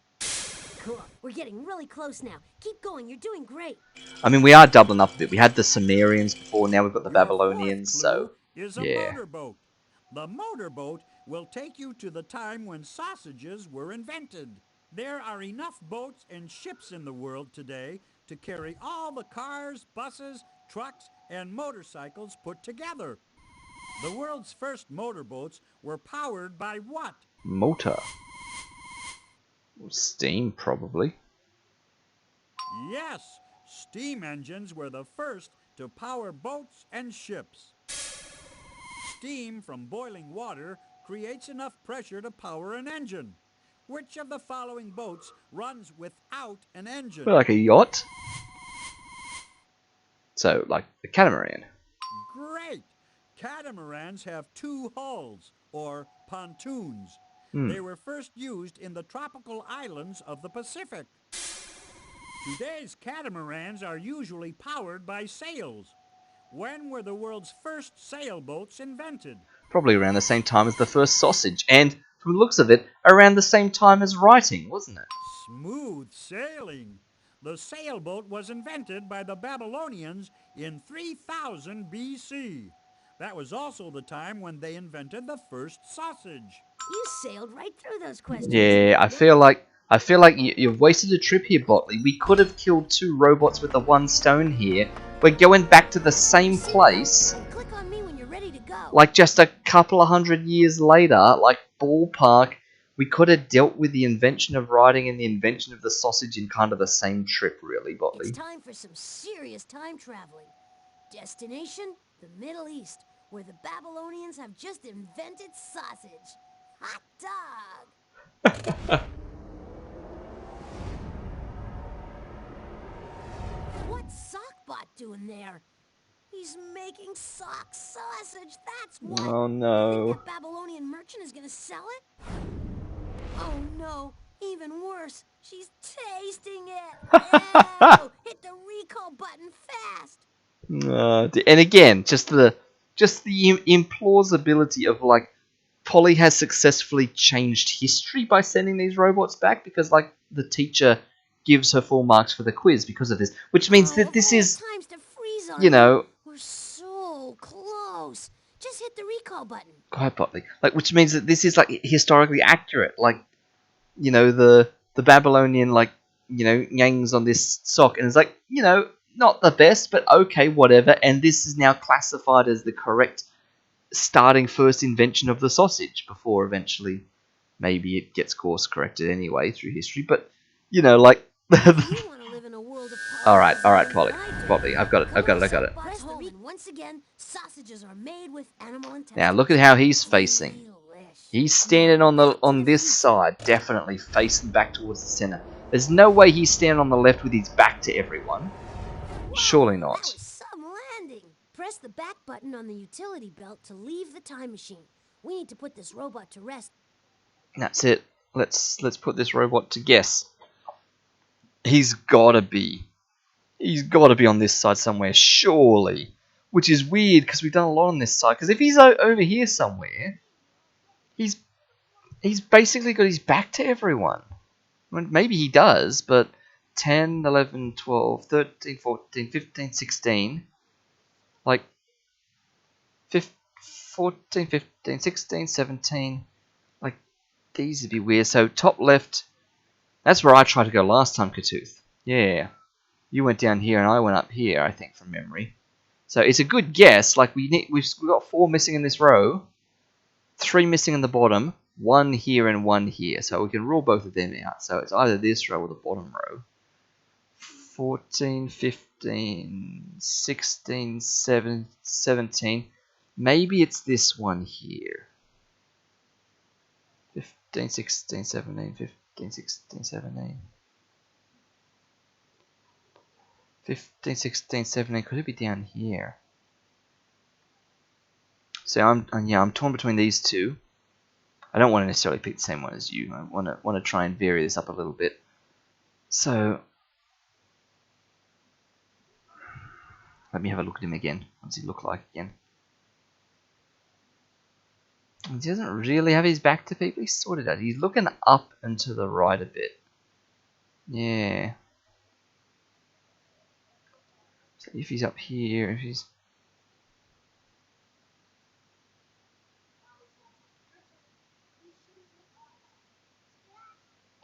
I reckon down here. I'm going to go down the bottom here, next to number 1. In this little triangle down there. Katooth, you're going up there, top left. Alright, let's do it. Let's bring Botley back in. So Katooth's picking here. I'm picking down here. Oh, he's changed pose again, slightly. Oh, he's way down there. Oh. Well, the intersection of our guesses will put it correct. Are you trying to make me fail this test? You were correct with the left-hand side. I was correct with the bottom row. Get the next robot. You keep saying that, Polly. No time to pat ourselves on the back. Select another question so we can save another robot. Click on the inventory to start a mission. Plenty of times to... Oh, excuse me, Botley. You're in the middle of that. Plenty of times to pat ourselves on the back. I reckon after all that bouncing around over here and then that one down there, that's going to send the next one back up here now. I reckon one of these two is going to have the next one, but we're going to have to wait to find that out next time. Let us mark this off. So it was down here, and it was 17. Where that was in the end. Okay. Let's drop that one down, and let's... Okay, let's get moving. Botley. You'll be one step ahead of us. Let's mute him because we've got more to do yet. We've got to bring this up still so that we can mark this one off as another no. Failed guess. Shifts the curve a little more. Expectations up to 1.01. 1.10 even, can't read. So we're now in the top 2%. So we're dragging it back, getting 4 out of 17. Now puts us in the 1 in 50. Still no blip at the 10 just here yet. But we've only got 8 robots left. So this kind of sort of binomially curve thing is starting to shift its way along a little bit now. The peak's going to start to move from 1 to 2 to 3. It's going to start moving across a bit. So, yep. Nah, we're going to need to get another one right soon. But that being said, we're going to get another one right soon, pretty soon anyway, just because we've only got 8 left. So, just by sheer randomness, we'll be pulling a 1 in 4, 1 in 3, 1 in 2 pretty soon. So, we're definitely going to get more than 4 right by the end of this. It'll be a question of whether we get 5 or 6 right at the end. Maybe, maybe not. Well, we've definitely got to get 1 right at least, which is the final one. We will guess the last one correctly. So, at minimum, we'll be up to 5 correct guesses by the end. The real question is whether we can get to 6 or 7. That'd be incredible. But we're at least at 4. So let's leave that there. I know, Botley, you're talking in silence. I got you muted. Let me turn you back on. Let me jump us back down to ground level. Come on, we've come this far. Yeah, I know. We're gonna go down to ground level because this is where we're gonna start when we begin next time. I'm gonna jump in here and we're gonna do this next question, but not yet. Let's take a look at that So, transquizzer and we- select. We've we already just did this completed one. that mission. Select one of the glowing buttons to head out on a new one. So we'll do this one next time, but not yet. Spoilers, we don't want to click on it just yet. Animal intestines, yeah. Alright. Okay, well, let us wrap that there. Oh, nice freeze frame, Botley, in the middle of flipping over. Yeah, let's do that. Let's exit the game on that. That's a real shot and a half there. Perfect. Great. Alright. Let's throw up the Endy screen. So thank you everyone for watching. As I said towards the start of the stream, it's going to be a couple of weeks before we're back here again. Some prior engagements again. Feels like we've got a lot of Monday night prior engagements that are coming up at the moment, but that's just how it is. So it's been a good run for a couple of weeks there, but we are going to have, I think, another 2 weeks off. So I think it'll be 3 weeks before we're back again. So stay tuned, everyone. I'm sure Skeevers will be back here at least sometime before then, so you won't have nothing for 3 weeks. You hopefully have a bit of her for entertainment, but we'll see. Watch this space. Overthunk by Sharky returns in not next week, not the week after, but the week after that again. So thank you everyone for tuning in. That was another stream. It was Overthunk by Sharky. I'll catch you all next time. Bye bye.